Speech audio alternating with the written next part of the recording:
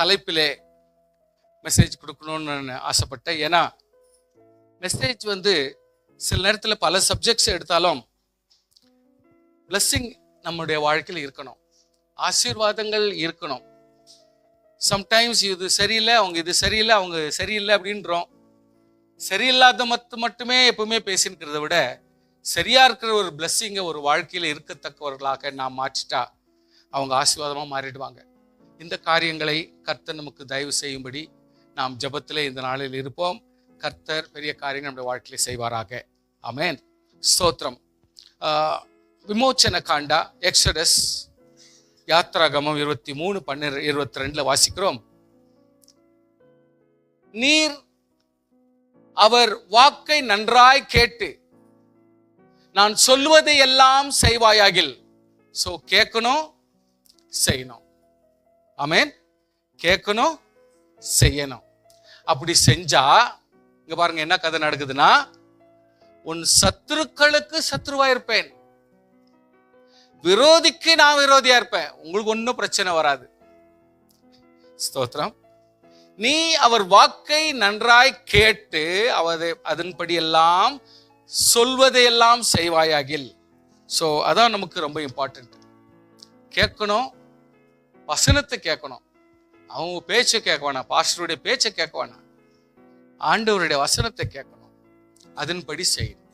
இந்த 2 காரியத்தை செஞ்சிட்டா நமக்கு யாரெல்லாம் எங்கெல்லாம் கண்டும் காணாமலையும் சத்ருவா இருக்கிறாங்களோ அதுக்கு ஆண்டவர் சத்ருவா இருந்துருவார், விரோதிக்கு விரோதியா இருந்துருவார்.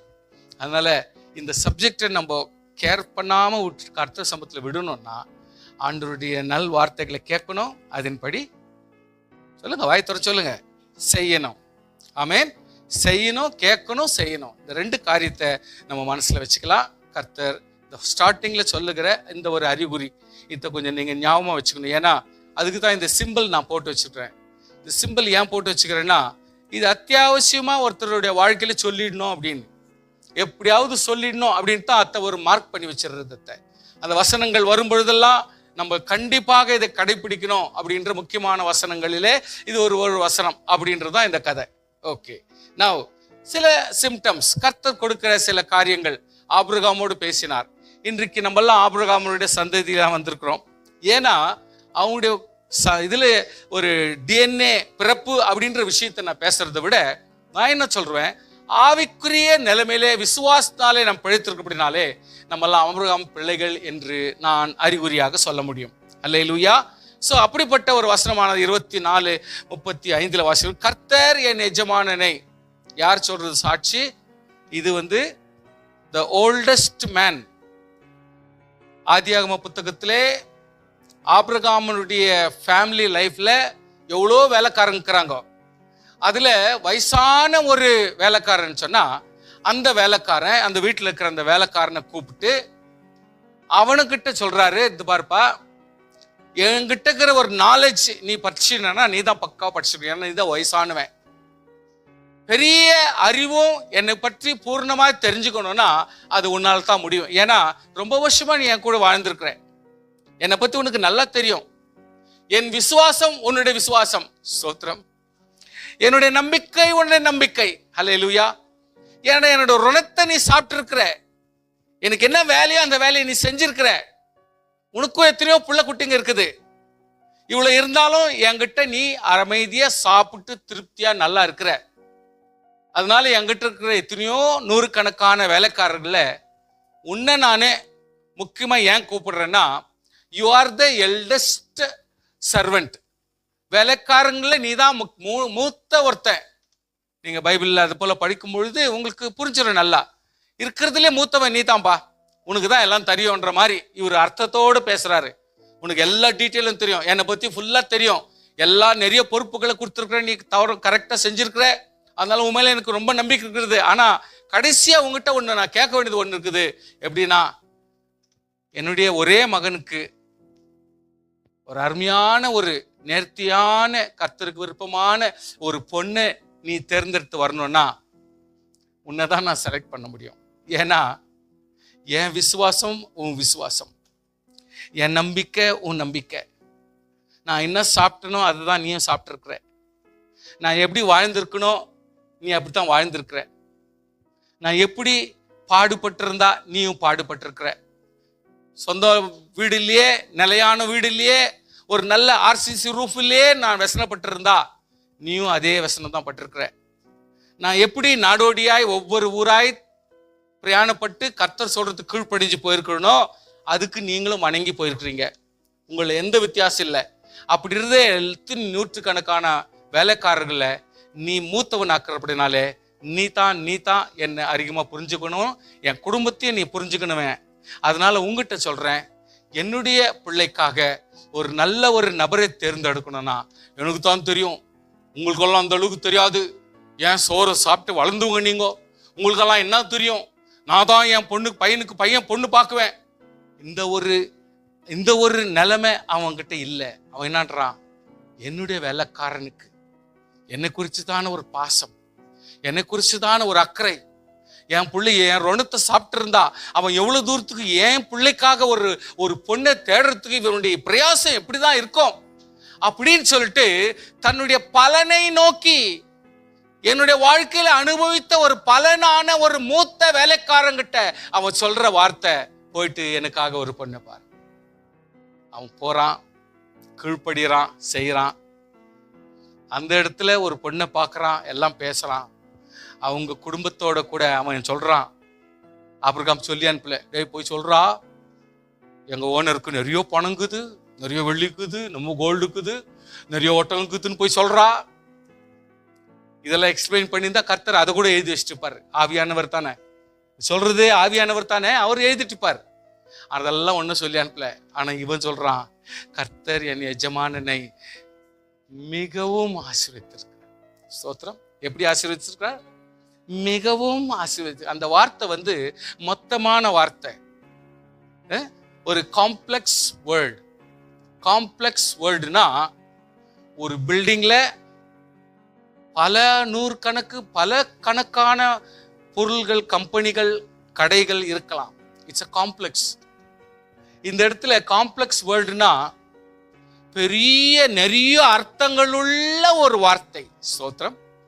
பல ஆசீர்வாதமான அர்த்தங்கள் உள்ள வார்த்தை தான் இந்த வார்த்தை. அது எப்படின்னா, கர்த்தர் என் எஜமானனை, அந்த உரிமை பாருங்க அவனுக்கு, கர்த்தர் என் எஜமானனை மிகவும் மிகவும் ஆசீர்வதித்திருக்கிறார். அந்த வேர்டு ஃபர்ஸ்ட் வேர்டு. நமக்கெல்லாம் மனசு திருப்தி இருந்தாதான் சொல்ல முடியும். சில நேரத்தில் சொல்லி கொடுத்தா கூட சில பேர் சொல்ல மாட்டாங்க. ஏன்னா அவனுக்கு ஆசீர்வாதம் இருந்தா கூட இவங்களுக்கு திருப்தி இருக்காது, இவங்களுக்கு வயிற்றுச்சல் இருக்கும், அதனால சொல்ல மாட்டாங்க. அது திருப்தி இருந்தாதான் அவங்க சொல்லுவாங்க. மிகவும் ஆசீர்வதிக்கிறார். அவர் சீமானனா இருக்கிறார். சீமானனா என்னன்னா, இன்னொரு கம்பேரிட்டிவ் பர்சன் அங்க இல்லை. ஸ்தோத்திரம். அல்லேலூயா. இன்னும் ஒரு மேதாவி அங்க இல்லை, இன்னும் ஒரு சக்சஸர் அங்க இல்லை, அவனுக்கு ஈடா எதுவும் கிடையாது. நல்ல வேர்ட்ஸ் ரொம்ப கிரகிக்கணும். சில பேர் தியானம்ன்றாங்க. என்ன தியானம்? வேர்ல்ட்லி கம்பேரிசன் வரக்கூடாது. இந்த இடத்துல இருக்கிறதே ஆவியினுடைய வேர்ல்டை அப்படியே நம்ம தியானம் பண்ணணும். எப்படி? சீமானனா இருக்கிறான் என்றால், it is not the more money, more material, more wealth இல்ல.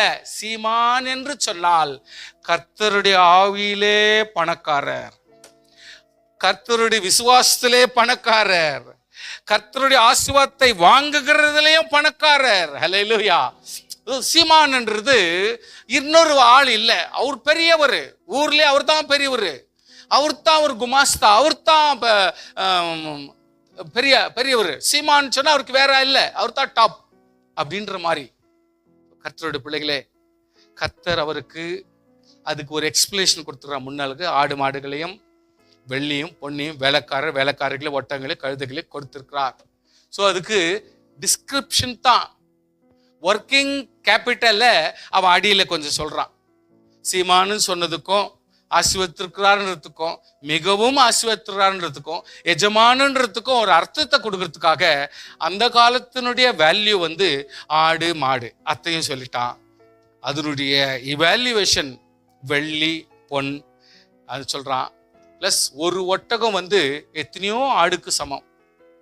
ஒரு ஒட்டகம் எத்தனையோ மாடுக்கு சமம். ஏன்னா சில இடத்துல அவங்கள போல வெயிட்டை தூக்குறது, பிரயாணப்படுறது வேற எதால முடியாது. மைல் கணக்கில் போய் நிற்கும், மைல் கணக்கில் 100-200 கிலோமீட்டர் போயினே இருக்கும். அது பாட்டுக்கு தண்ணியை கொடுத்துட்டு அதுக்கு தீவனம் கொடுத்துட்டாக்கா அது பாட்டுக்கு போயினே இருக்கும், ஒண்ணுமே அப்ஜெக்ஷன் கொடுக்காது. அப்படிப்பட்ட ஒரு காரியங்கள் தான் ஒட்டகம். கழுதைகள் என்பது என்னன்னா, அதாவது எவ்வளோனா அதால எவ்வளோ டெட்லைனுக்கு சுமக்க முடியுமோ அவ்வளோ சுமந்துட்டு ஒன்றும் பேசாம சைலண்டா போகக்கூடிய ஒரு பெரிய காரியம். அதுக்கு ஈக்குவலா தான் வேலைக்காரிகள்னு இருக்கணும். இப்போ பாத்திரம் கழுவுறதுக்கு ஒரு பணம், துணி கசுக்கிறதுக்கு ஒரு பணம், வீட்டை துடைக்கிறதுக்கு ஒரு பணம். இன்றைக்கு ஒவ்வொருத்தரும் பிசாசுக்களாக மாறிவிட்டு இருக்கிறாங்க. உலகம் அப்படியே போயிட்டு இருக்குது. ஏன்னா ஓனர்கள் அவங்கள மிஸ்கைட் பண்ணிட்டாங்க. இது தப்பு, வேலைக்காரர்கள் கிடையாது. அதாவது ஓனர்கள் ஜனங்களை மிஸ்கைட் பண்ணிட்டாங்க. இன்றைக்கு கர்த்தருடைய பிள்ளைகளே, நான் என்ன சொல்றேன், ஏன் ஒட்டகங்களும் கழுதைகளும் வேலைக்காரிகளும் பொண்ணுக்கும் வெள்ளிக்கும் அவ்வளோ ஒரு மகத்துவம் கொடுத்துருக்குதுன்னா, they are the working capital, they are the money. இன்னைக்கு பேங்க் பேலன்ஸ்ன்றோம் பாருங்க, இன்னைக்கு எஃப்டின்றோம் பாருங்க, அது ஈக்குவல் ஆனது தான் அந்த கழுதைகளும் ஒட்டகங்களும் வேலைக்காரன்களும் பொண்ணும் வெள்ளியும் ஆடு மாடும்.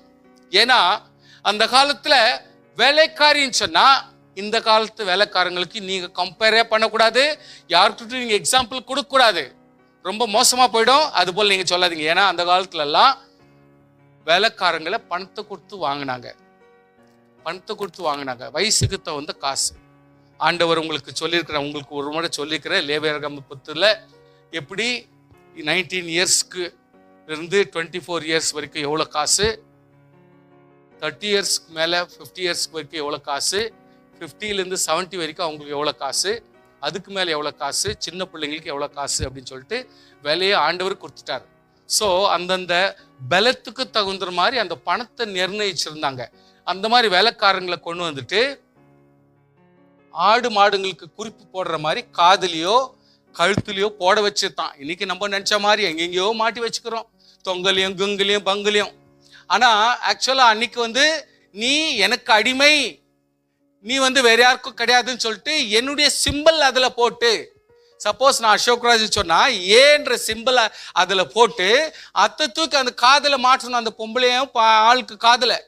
அப்போ வேற யார் பார்த்தாலும் இது யாருடைய பொருள் இது அப்படின்னாக்கா அவங்க தெரிஞ்சுக்குவாங்க, ஓ ஏன்னுக்குது, இது அசோக்ராஜனுடைய ஆளுக்கு சம்பந்தப்பட்ட ஒரு வேலைக்காரன் அப்படின்னு சொல்லி தெரிஞ்சுக்கிறதுக்காகத்தான் அந்த குறிப்புகளை போட்டாங்க. இன்றைக்கு யாரனா குத்திக்கிறாங்க, யாரனா போடுறாங்க, சம்பிரதாயம் அப்படி வந்துருச்சு, ஒன்றும் பண்ண முடியாது, விடுங்க. இன்றைக்கு அப்படி வந்துருச்சு, மாறிடுச்சு. ஆனா நான் என்னன்றேன், நீங்க கம்பேர் பண்ணும்போது அப்படி கம்பேர் பண்ணாதீங்க. ஏன்னா அதல்ல, ஏன்னா வேதவாசம் நமக்கு தான் சொல்லி கொடுக்குது, அவங்களுக்கு சொல்லி தரல. ஆண்டவராகிய கர்த்தர் நமக்கு தான் சொல்லி தராரு. சோ இவைகள் நம்முடைய ஒவ்வொரு வேலைக்காரிகளுக்கும் கழுதைக்கு சம்பந்தப்படுத்துகிறார், ஒட்டகத்துக்கு சம்பந்தப்படுத்துகிறாருன்னு சொன்னா அவங்கள எவ்வளவு தூரத்துக்கு உரிமையோடு உன்னுடைய ஒட்டகத்தை யூஸ் பண்ண முடியுமோ அந்த அளவுல ஒரு வேலைக்காரனும் உன் வீட்டுக்குள்ளே இருப்பாங்க. 24 ஹவர்ஸும் உனக்கு ஒரு வேலைக்காரனாகத்தான் இருக்க முடியும். அவங்க இஷ்டமா எதுவும் செய்ய முடியாது, அவங்க இஷ்டத்துக்கு தூங்க முடியாது, அவங்க இஷ்டத்துக்கு சாப்பிட முடியாது, அவங்க இஷ்டத்துக்கு எதுவும் செய்ய முடியாது. ஏன்னா நான் விலை கொடுத்து வாங்கிக்கிறதுனால. ஸோ அதனால இந்த வேலைக்காரனும் ஆடு மாடுகளும் ஒட்டகங்களும் கழுதைகளும் அப்படின்னு சொல்லும் பொழுது these are the working capitals, they are the பணங்களாய் மாற்றப்பட்ட ஒரு பொருள்கள். ஒருத்தனை தனக்காக வாங்கி கொண்டால் அவன் 50 வருஷம் 70 வருஷம் வரைக்கும் அவனை எனக்கு வேலைக்காரனை வச்சு யூஸ் பண்ணிக்கலாம். அதுக்கப்புறம் வேணுமாதான் நான் அவனுக்கு ஃப்ரீ கொடுத்துட்டு விடுதலை ஆக்கலாம். அதுவும் எடுத்துட்டு தான் அனுப்ப முடியும். ஸோ அந்த மாதிரி கர்த்தருடைய தயவு அன்னைக்கு அப்படி இருந்துச்சு. ஆபிரகாம தேவன் அப்படிப்பட்ட ஒரு ஆசீர்வாதத்தில் வச்சிருந்தார். இன்றைக்கு கர்த்தருடைய பிள்ளைகள் சில காரியங்களை, ஆசீர்வாதங்கள்னா என்ன என்பதை புரியறதுக்காக உங்களுக்கு நான் சொல்லி விட்டுருக்கிறேன். வேற ஒன்றும் பணங்கள் பொருள்கள் சொத்துக்கள் அப்படின்னு பேசுறதை விட ஒரு சொத்துக்களுடைய மதிப்பு, வேல்யூ என்னன்றதான் உங்களுக்கு நான் சொல்லி கொடுத்துருக்கிறேன். 4 hours சாலமோனை பற்றி படிக்கும் பொழுது 1 ராஜாக்கள்ல படிக்கிறோம். இதுவும் அன்றி கர்த்தர், நீ என்ன கேட்டியோ அதை நான் கொடுத்துட்டேன். நீ என்ன கேட்ட? ஞானம் கேட்ட, அறிவு கேட்ட, ரைட். நீ கேட்டதை நான் கொடுத்துட்டேன். ஆனால் அதுவும் அன்றி நீ கேட்காத ஒண்ணு உனக்கு வேணும்னு எனக்கு தெரியும். ஸ்தோத்திரம், ஸ்தோத்திரம், ஹல்லேலூயா. நீ கேட்காத ஒண்ணு உனக்கு தேவை, அது எனக்கு தெரியும். உனக்கு என்ன கொடுக்கணும்னு எனக்கு தெரியும். அது என்னன்னா ஐஸ்வர்யத்தையும் மகிமையும் உனக்கு தந்தேன். ஹல்லேலூயா. சோ எப்போ ஐஸ்வர்யத்தை கொடுக்குறாரோ கூடவே மகிமை கொடுத்தாதான் அதுக்கு வேல்யூ ஆகும். நல்லா கவனிச்சிங்க. ஐஸ்வர்யம் ஒரு மனுஷன்கிட்ட வந்தா தேவனுடைய மகிமை கூட இருந்தா தான் அவன் ஹேண்டில் பண்ண தெரியணும். இல்லைன்னா ஹேண்டில் பண்ண தெரியாது. அவன் கொஞ்சம் பணம் வந்துச்சுன்னா தலை நிற்காது. சில நேரத்தில் மைண்டு ஒர்க் ஆகாது. சில நேரத்தில் எப்படி வேலை செய்யணும்னு தெரியாது, எப்படி பேலன்ஸ் பண்ணணும்னு தெரியாது, ஜனங்கிட்ட மதிக்கணும்னு தெரியாது, எப்படி ஒருத்தருக்கு வேல்யூ கொடுக்கணும்னு தெரியாது, ஒருத்தரை எப்படி ஹானர் பண்ணணும்னு தெரியாது, ஒருத்தருக்கு எப்படி நான் உதவி இருக்கணும்னு தெரியாது. யார் பணக்காரன் ஏழை எப்படி தாழ்மை உள்ளவன் ஆவியிலே எளிமவனு யாருன்னு உங்களை புரிஞ்சுக்கணும்னா நான் தாழ்மை உள்ளவனா இருந்தால் மட்டுமே புரிஞ்சுக்க முடியும். அப்படிப்பட்ட ஒரு கோணங்களில் பார்க்கணும்னா விசுவாசியே நிச்சயமாக நிச்சயமாக ஐஸ்வர்யம் நமக்கு வேணும், தேவனுடைய கனமும் தேவனுடைய மகிமையும் நமக்கு தேவை. அல்லேலூயா. உன் நாட்கள் இருக்கிற ராஜாக்கள் ஒருவனும் உனக்கு சரியானவனா இருப்பதில்லைன்னு சொன்னா இதெல்லாம் ரொம்ப சேலஞ்சிங்கான வேர்ட். கர்த்தர் இது போல உனக்கு யாருக்குமே உங்க சூழ்நிலைக்கு இருக்க யாருக்குமே அப்படி இல்லை. இன்னைக்கு நான் உங்களுக்கும் ஞாபகப்படுத்துறேன். இன்னைக்கு ஒரு வார்த்தை உங்களை குறித்து எடுத்துனா உங்களுக்கு ஈக்குவலா வேற யாரும் இங்க இல்லை. ஒருத்தரை நீங்க எடுத்துங்க, அவங்களுக்கு ஈக்குவலா வேற யாரும் இருக்க மாட்டாங்க, இருக்க முடியாது. ஏன்னா அவங்களுடைய சிந்தனையே வேற, அவங்களுடைய உற்சாகம் வேற, அவங்களுடைய எண்ணங்கள் வேற, அவங்களுடைய குறிக்கோள் வேற, அவங்களுடைய சுறுசுறுப்பே வேற. இப்படி ஒவ்வொன்றும் வேறையாக்குறதுனால அவங்கவுங்களுக்கு தகுந்த ஆசீர்வாதங்களை தேவன் கொடுக்கிறார். அதனால நம்ம கம்பேரிசன்ல உட்காந்துட்டு குப்பை கொட்டுறத விட பெட்டர் வாயை மூடிக்கின்னு என்ன கர்த்தர் என்ன செய்ய முடியுமோ அதை ஆண்டவர் சமூகத்தில் பெற்று நாம் பலப்படுறது நமக்கு நல்லது. அல்லேலூயா. தேவன் பூமியை விசாரித்து அதற்கு நீர் பாய்ச்சுகிறீர். ஸ்தோத்திரம். அல்லேலூயா. பூமியை விசாரிக்கிறார், உன் குடும்பத்தை விசாரிக்கிறார், உன்னை பற்றி விசாரிக்கிறார். யார்? ஆவியினாலே உன்னை குறித்து அப்படியே ஸ்கேன் பண்றார். நீ யாரு, எப்படி, நீ உன் தேவை என்ன, எது எதுக்கெல்லாம் திடுக்குன்னு அழுதுகிற, எது எதுக்கெல்லாம் வசனப்பட்டுக்கிற, எவ்வளவு சுறுசுறுப்பாக்குற, எவ்வளவு வேலை செய்யற, இது எல்லாவற்றையும் ஆராய்ந்து அறிகிறார், அப்படியே ஸ்கேன் பண்றார். ஸோ தேவரீர் பூமியை விசாரித்து அதற்கு நீர் பாய்ச்சுகிறீர். தண்ணீர் நிறைந்த தேவ நதியினால் அதை மிகவும் செழிப்பாக்குகிறீர். ஹல்லேலூயா. தண்ணீர் நிறைந்த தேவ நதியினால் அதை மிகவும் செழிப்பாக்குகிறீர். அதாவது பரிசுத்த ஆவி. சோத்திரம் சொல்லுங்க பார்க்கலாம், சோத்திரம் சொல்லுங்க பார்க்கலாம். உங்க மைண்டை திருப்புறத்துக்கு தான் நான் சொல்ல வந்தேன். சோத்திரம் சொல்லுங்க பார்க்கலாம். ஆமேன். ஸோ தண்ணீர் நிறைந்த பரிசுத்தாவி நிறைந்த, நமக்கு ஞானத்தையும் அறிவையும் தேவ கிருபையும் நமக்கு தேவைப்பட்ட ஆசீர்வாதங்களை கொடுக்கிறவர் யார்? பரிசுத்த ஆவியானவர். அதனால தான் இந்த இடத்துல ஒப்பனையாய் சொல்லப்படுகிறது தண்ணீர் நிறைந்த தேவ நதியினால். தேவ நதினா என்ன? அதுதான் பரிசுத்த ஆவியானவர். நீங்க அது ரொம்ப சிம்பிளா நீங்க கணிக்கணும், அதுதான் கணக்கு போடணும். மெசேஜ் எடுக்கும் பொழுது எவ்வளவு அழகா வருது பாருங்க. அதை மிகவும் செழிப்பாக்குகிறீர். இப்படி நீர் அதை திருத்தி. ஸ்தோத்திரம். இப்படி நீர் அதை திருத்தி, சரியில்லாதது சரி பண்ணி, திருத்தம் இல்லாததை திருத்தம் பண்ணி. சோத்திரம் சொல்லுங்க பார்க்கலாம். ஹல்லேலூயா. சரியில்லாத காரியங்களை சரிப்படுத்தி, வேதனையோடு இருக்கிறதை சமாதானப்படுத்தி. சோத்திரம் சொல்லுங்க பார்க்கலாம். ஹல்லேலூயா. இப்படி ஒவ்வொன்றும் சரிப்படுத்தி அவர்களுக்கு தானியத்தை விளைவிக்கிறீர். நம்ம போடுற பிரயாசம், நம்மளுடைய காசு, நமக்கு இருக்கிற 4000, நமக்கு இருக்கிற 10,000, நமக்கு இருக்கிற 20,000 வச்சு அந்த குடும்பத்தை எப்படி இந்த மாசம் நடத்த முடியுமோ அதை கர்த்தர் ஆசீர்வாதத்தை விளைக்க பண்ணுகிறார். ஸ்தோத்திரம். நன்மையை கொடுக்கிறார். கர்த்தருக்கு ஸ்தோத்திரம். உங்கள் தேவனாகிய கர்த்தரையே சேவிக்க கடவீர்கள், அவர் உன் அப்பத்தை உன் தண்ணீரையும் ஆசீர்வதிப்பார். ஸ்தோத்திரம், ஸ்தோத்திரம். 3 காரியம் நம்ம மனசுல ஞாபகத்தை வச்சுக்கணும்.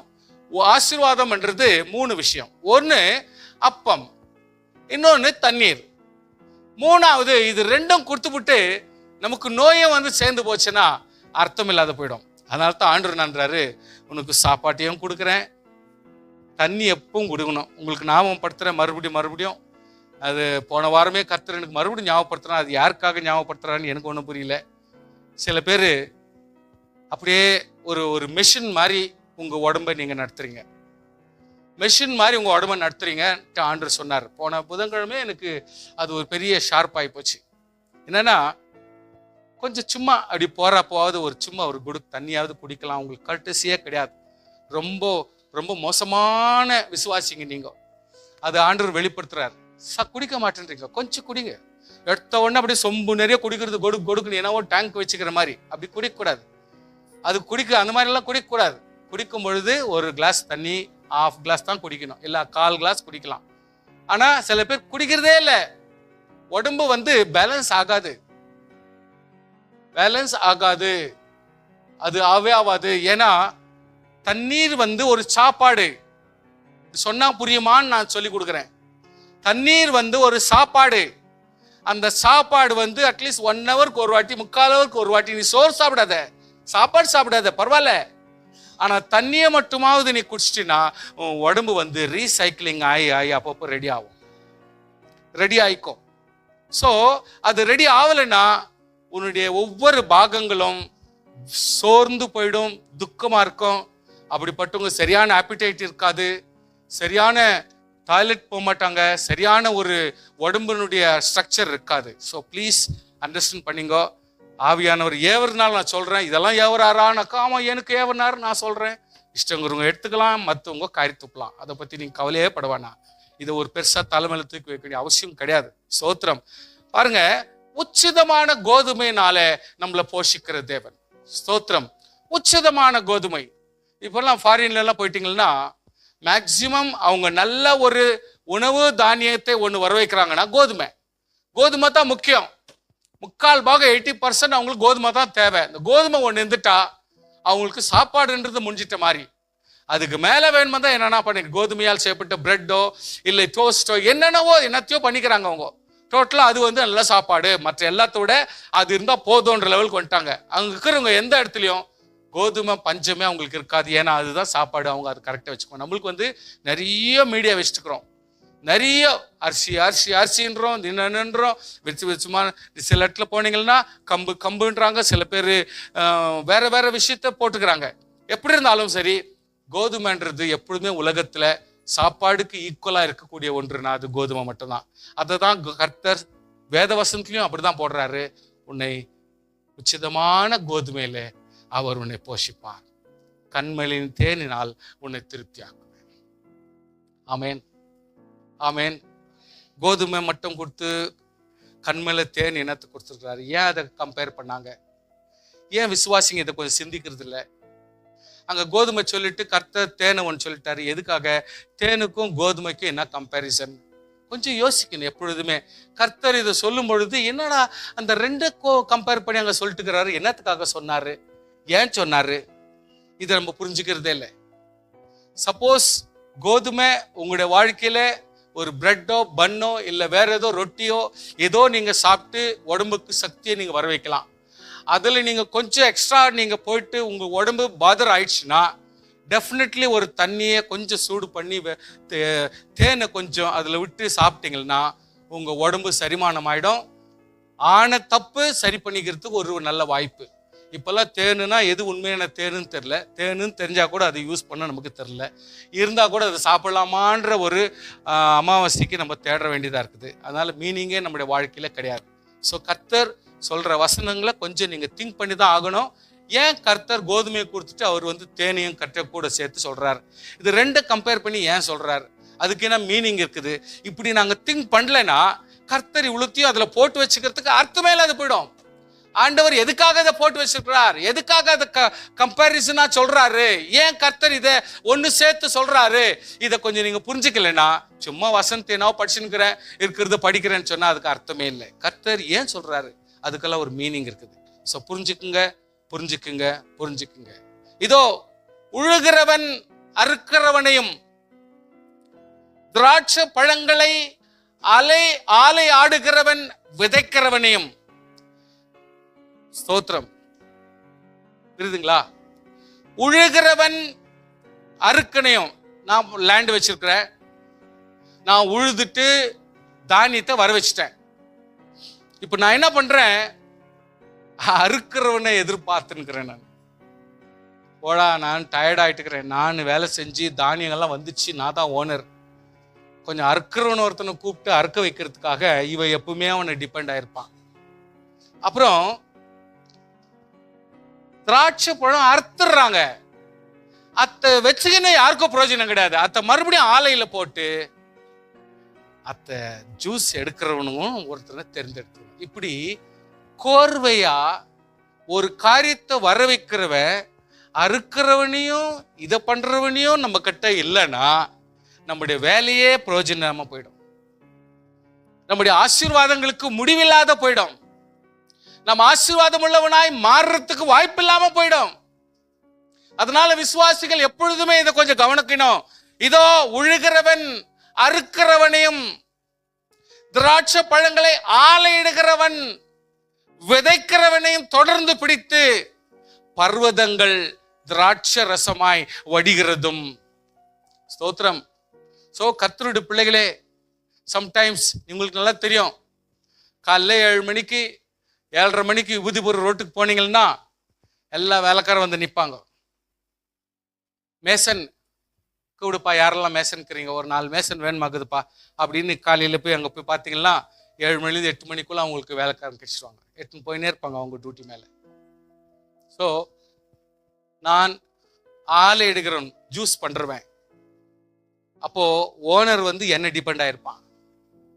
அந்த ஓனர் என்ன பண்ணுவான், ஜூஸ் நல்லா பண்ணி கொடுக்குறான், கரெக்டாக பண்ணி கொடுக்குறான், தரமாக பண்ணி கொடுக்குறான், சுத்தமாக பண்ணி கொடுக்குறான், தெளிவாக கொடுக்குறான், கரெக்டாக பாட்டிலில் போட்டு அழகாக பாத்திரத்தில் போட்டு கொடுக்குறான் இவன் அப்படின்னு சில பேருக்குலாம் டேலண்டாக தெரிஞ்சிருக்கோம், அவங்களாம் அறிஞ்சிருப்பாங்க. அதனால் அவங்க என்ன பண்ணுறாங்க, ஓனராக இருந்தால் கூட சரி, யார் பக்காவாக வேலை பண்ணுறானோ அவனை நம்பி இருப்பாங்க, இவன் கிடைப்பானா இந்த வேலை செய்யறதுக்கு அப்படின்னு. அதே நேரத்தில் அறுக்கிறவன் கூட யோசனை பண்ணுவான், இந்த ஐயா லேண்டில் நல்ல பணம் நிலம் நல்ல விளைஞ்சு வந்துருக்குது, என்னை கூப்பிடுவாரா, நான் அறுத்து கொடுப்பேன். நாங்கெல்லாம் சூளகிரி போவோம். அங்கெல்லாம் சூளகிரி பக்கம்லாம் அந்த கரும்பெல்லாம் போடுறது. ஏன்னா அந்த ஊர்ல எல்லாரும் கரும்பு போட்டால் தான் அவங்க கரும்பு போடுவாங்க. ஏன்னா ஒருத்தர் போட்டாங்கல்லாம் எல்லாரும் வந்து அதை சாப்பிட்டு நாசம் பண்ணிடுவாங்க. அந்த ஊர்ல எல்லாரும் போட்டா தான் எல்லாரும் கரும்பு போடுவாங்க. அது போல இவங்க புதினா ஒருத்தர் போட்டனால எல்லாரும் புதினா போட ஆரம்பிச்சிட்டாங்க. அதனால எல்லா தோட்டத்திலையும் புதினா தான் இருக்கும். நீ எவ்வளவு பிச்சுன்னு போனாலும் யாரும் ஒண்ணு கேட்டுக்க மாட்டாங்க. ஏன்னா சாப்பிட்றதுக்காக எவ்வளவு பிச்சுக்கலாம், கட்டுறதுக்கெல்லாம் யாரும் அலோவ் பண்றது இல்லை. ஆனா அவங்க நம்பின்பாங்க, இன்னும் 15 நாள் தான் விளைச்சல், 15 நாளுக்குள்ளாம் அதை அறுத்துடணும், தெரியாத 15 நாள் ஃப்ரீயா விடணும், இன்னும் 15 நாளுக்குள்ள மறுபடியும் வந்துடும். 15 days ப்ராடக்ட் அது. ஸோ இவன் யோசித்துக்குவான், 15 நாளுக்குள்ள 10வது நாள்ல பிளான் பண்ணிக்குவான். அவனை கூப்பிட்டா அவன் வண்டி கொண்டாந்துட்டு கரெக்டாக மூட்டை அறுத்துட்டு இவ்வளோ மூட்டைன்னு சொல்லிட்டு கரெக்டாக கொடுத்துருவான். அவன் கொண்டு போயிட்டு சென்னைக்கோ இல்லை எங்கேயோ ஒரு இடத்துல கொண்டு போயிட்டு வியாபாரம் கொடுத்துருவான். காசு இவங்ககிட்டே வந்துடும், எனக்கு ஈஸி, அதனால இவனே பிடிச்சிடலாம் சொல்லிட்டு அந்த ஓனராக இருந்தால் கூட சரி அவனை டிபெண்ட் பண்ணியிருப்பாங்க. அவன் வரானா, டே வந்துடுறா, கரெக்டா இந்த டேட்ல வந்துடுறா, நீ கோணி பையில தூக்கின்னு வந்துடுறா, எல்லாத்தையும் மூட்டை கட்டிட்டு எடுத்துன்னு போயிடுவேன் அப்படின்னு சொல்லிட்டு அவனை தாஜா பண்ணி வச்சிருக்குவாங்க. ஏன்னா அவங்களுக்கு வேலை ஆகணும், இல்லைன்னா போயிடும், வெளுத்துரும், கெட்டு போயிடும் கீரை. சோ கர்த்தருடைய பிள்ளையே ஆண்டவர் எக்ஸ்பிளைன் பண்றாரு, உழுகிறவன் அறுக்கிறவனை டிபெண்ட் ஆகுறான், அதே நேரத்தில் அறுகிறவன் கூட உழுகிறவனை டிபெண்ட் பண்றான். திராட்சை பழங்களை ஆலை ஆடுகிறவன் விதைக்கிறவனை நம்பி இருக்கிறான், விதைக்கிறவன் திராட்சை பழங்களை ஆலை ஆடுகிறவனை நம்பி இருக்கிறான். இப்படி ஒண்ணுக்கு ஒண்ணு நம்பி இருக்கிறாங்க. பர்வதங்கள் திராட்சை ரசமாய் வடிகிறதும் மேடுகள் எல்லாம் கரைகிறதுமான நாட்கள் வரும் என்று கர்த்தர் சொல்லுகிறார். அல்லேலூயா. ஆண்டவர் நன்றாரு. உன்னுடைய பிரயாசங்களும் உன்னுடைய கஷ்டங்களும் உன்னுடைய வேதனைகளும் ஒவ்வொன்றும் உன்னுடைய வாழ்க்கையில இது செய்து அந்த செஞ்சு இதுல இம்ப்ரூவ் ஆகட்டும், இவ்வளவு லாபம் கிடைச்சிச்சு அவ்வளவு பண்ணன்னு சொல்லிட்டு இம்ப்ரூவ் ஆகுறே இல்லை. அது எல்லாவற்றையும் ஆசீர்வாதமாய் வடிகிற, உனக்காக வந்து விழுகிற, ஆசீர்வாதமாய் விழுகிற ஒரு காலத்தை கர்த்தர் கொண்டு வர்றார். கர்த்தருக்கு ஸ்தோத்திரம் உண்டாவதாக. அப்படிப்பட்ட ஒரு காலங்களை தேவன் உன் வாழ்க்கையில கொண்டு வருகிறார் என்று சொல்லுகிறார். அதனால விசுவாசியே, நான் ஓனரா இருக்கட்டும், வேலை செய்யறவனா இருக்கட்டும், கர்த்தர் நமக்கு நன்மை செய்கிறவர், ஆசீர்வாதங்களை வடி வைக்கிறவர், நமக்காக வந்து விழச் செய்கிற தேவன் என்று சொல்லி ஆசீர்வாதங்களை நாம் எதிர்பார்த்து கர்த்தருக்கென்று உழைக்க வேண்டும், எதிர்பார்க்க வேண்டும். அல்லேலூயா. ஸ்தோத்திரம். என் ஆலயத்தில் ஆகாரம் உண்டா இருக்கணும். விசுவாசிங்க நல்லா கொஞ்சம் கவனமா வச்சுங்க. ஆலயம் என்று ஒன்று இருந்தால் அதுல ஆகாரம்னு ஒன்று இருக்கணும்னு கர்த்தர் விரும்புகிறார். அது உன் இஷ்டமோ என் இஷ்டமோ இல்ல அவங்களுடைய விருப்பமோ இவங்களுடைய விருப்பம் அப்படின்றது கிடையாது. இன்னைக்கு கொஞ்சம் வசனத்தை கொஞ்சம் சீரா படிக்கலாம். என்னது ஆண்டவர் நான்றாரு, என் ஆலயத்தில், நீங்க தான் படிங்க, எல்லாரும் சேர்ந்து படிங்களேன். என் ஆலயத்தில், அவ்வளவுதான், அவ்வளத்துல போடுங்க. அவருடைய ஆலயத்தில் என்ன இருக்கணும்? ஆவிக்குரிய ஆகாரம் வேண்டும், சரீர ஆகாரம் வேண்டும். எல்லா லைன்லயும் கர்த்தர் என்னன்றாரு, ஒரு சபைன்னு ஒண்ணு இருந்தா அதுல ஆகாரம்னு ஒண்ணு இருக்கணும். அது இந்த ஆகாரம் இருந்தாலும் அந்த ஆகாரம் இருந்தாலும் அது ஒரு ஒரு பிடிப்பு. ஒரு சபைனா அதுக்குரிய தகுதி, அதுக்குரிய ஆசீர்வாதமான நிலைமை, அதுக்குரிய பணிவிடை காரியங்கள், பணிவிடைகள், நன்மைகள், சமாதானங்கள், திருப்திகள், ஆசீர்வாதங்கள், இது கர்த்தர் சபையில் இருக்கணும்ன்றாரு. சபையினுடைய குணாதிசயம் என்ன? ஒவ்வொருவரையும் திருப்தி ஆக்கணும். அது ஆவிக்குரிய ஆகாரத்தினாலும் திருப்தி ஆகணும், சரீர பிரகாரமும் திருப்தி ஆகணும். ஏன்னா இது ரெண்டு தான் மனுஷனுடைய வாழ்க்கையில கர்த்தர் மெயினா போட்டிருக்கிற சப்ஜெக்ட். அல்லேலூயா. அதனால இந்த ரெண்டு சப்ஜெக்ட்லயும் நம்ம கர்சனை கொள்ளனா, அவங்க சைட்டும் இவங்க சைட்டும், அவங்க சைட்டும் இவங்க சைட்டும், இது உனக்கு தகுதி இல்லை. அப்படி அல்ல. நான் ஊழியக்காரனாலும், விசுவாசி ஆனாலும், மூப்பன் ஆனாலும், பெரியவன் ஆனாலும், சிறியவன் ஆனாலும், நீ தகுதி உள்ளவனா இருந்தாலும், தகுதி இல்லாதவனா இருந்தாலும், சபையில என்ன வேணும்? ஆகாரம் இருக்கணும். அதை மனசுல வச்சுங்க. இதை செய்யலைன்னா, நம்ம ஒவ்வொருடைய மனசுலயும் இந்த காரியம் இல்லைன்னா நாம் போஷிக்கப்பட மாட்டோம்.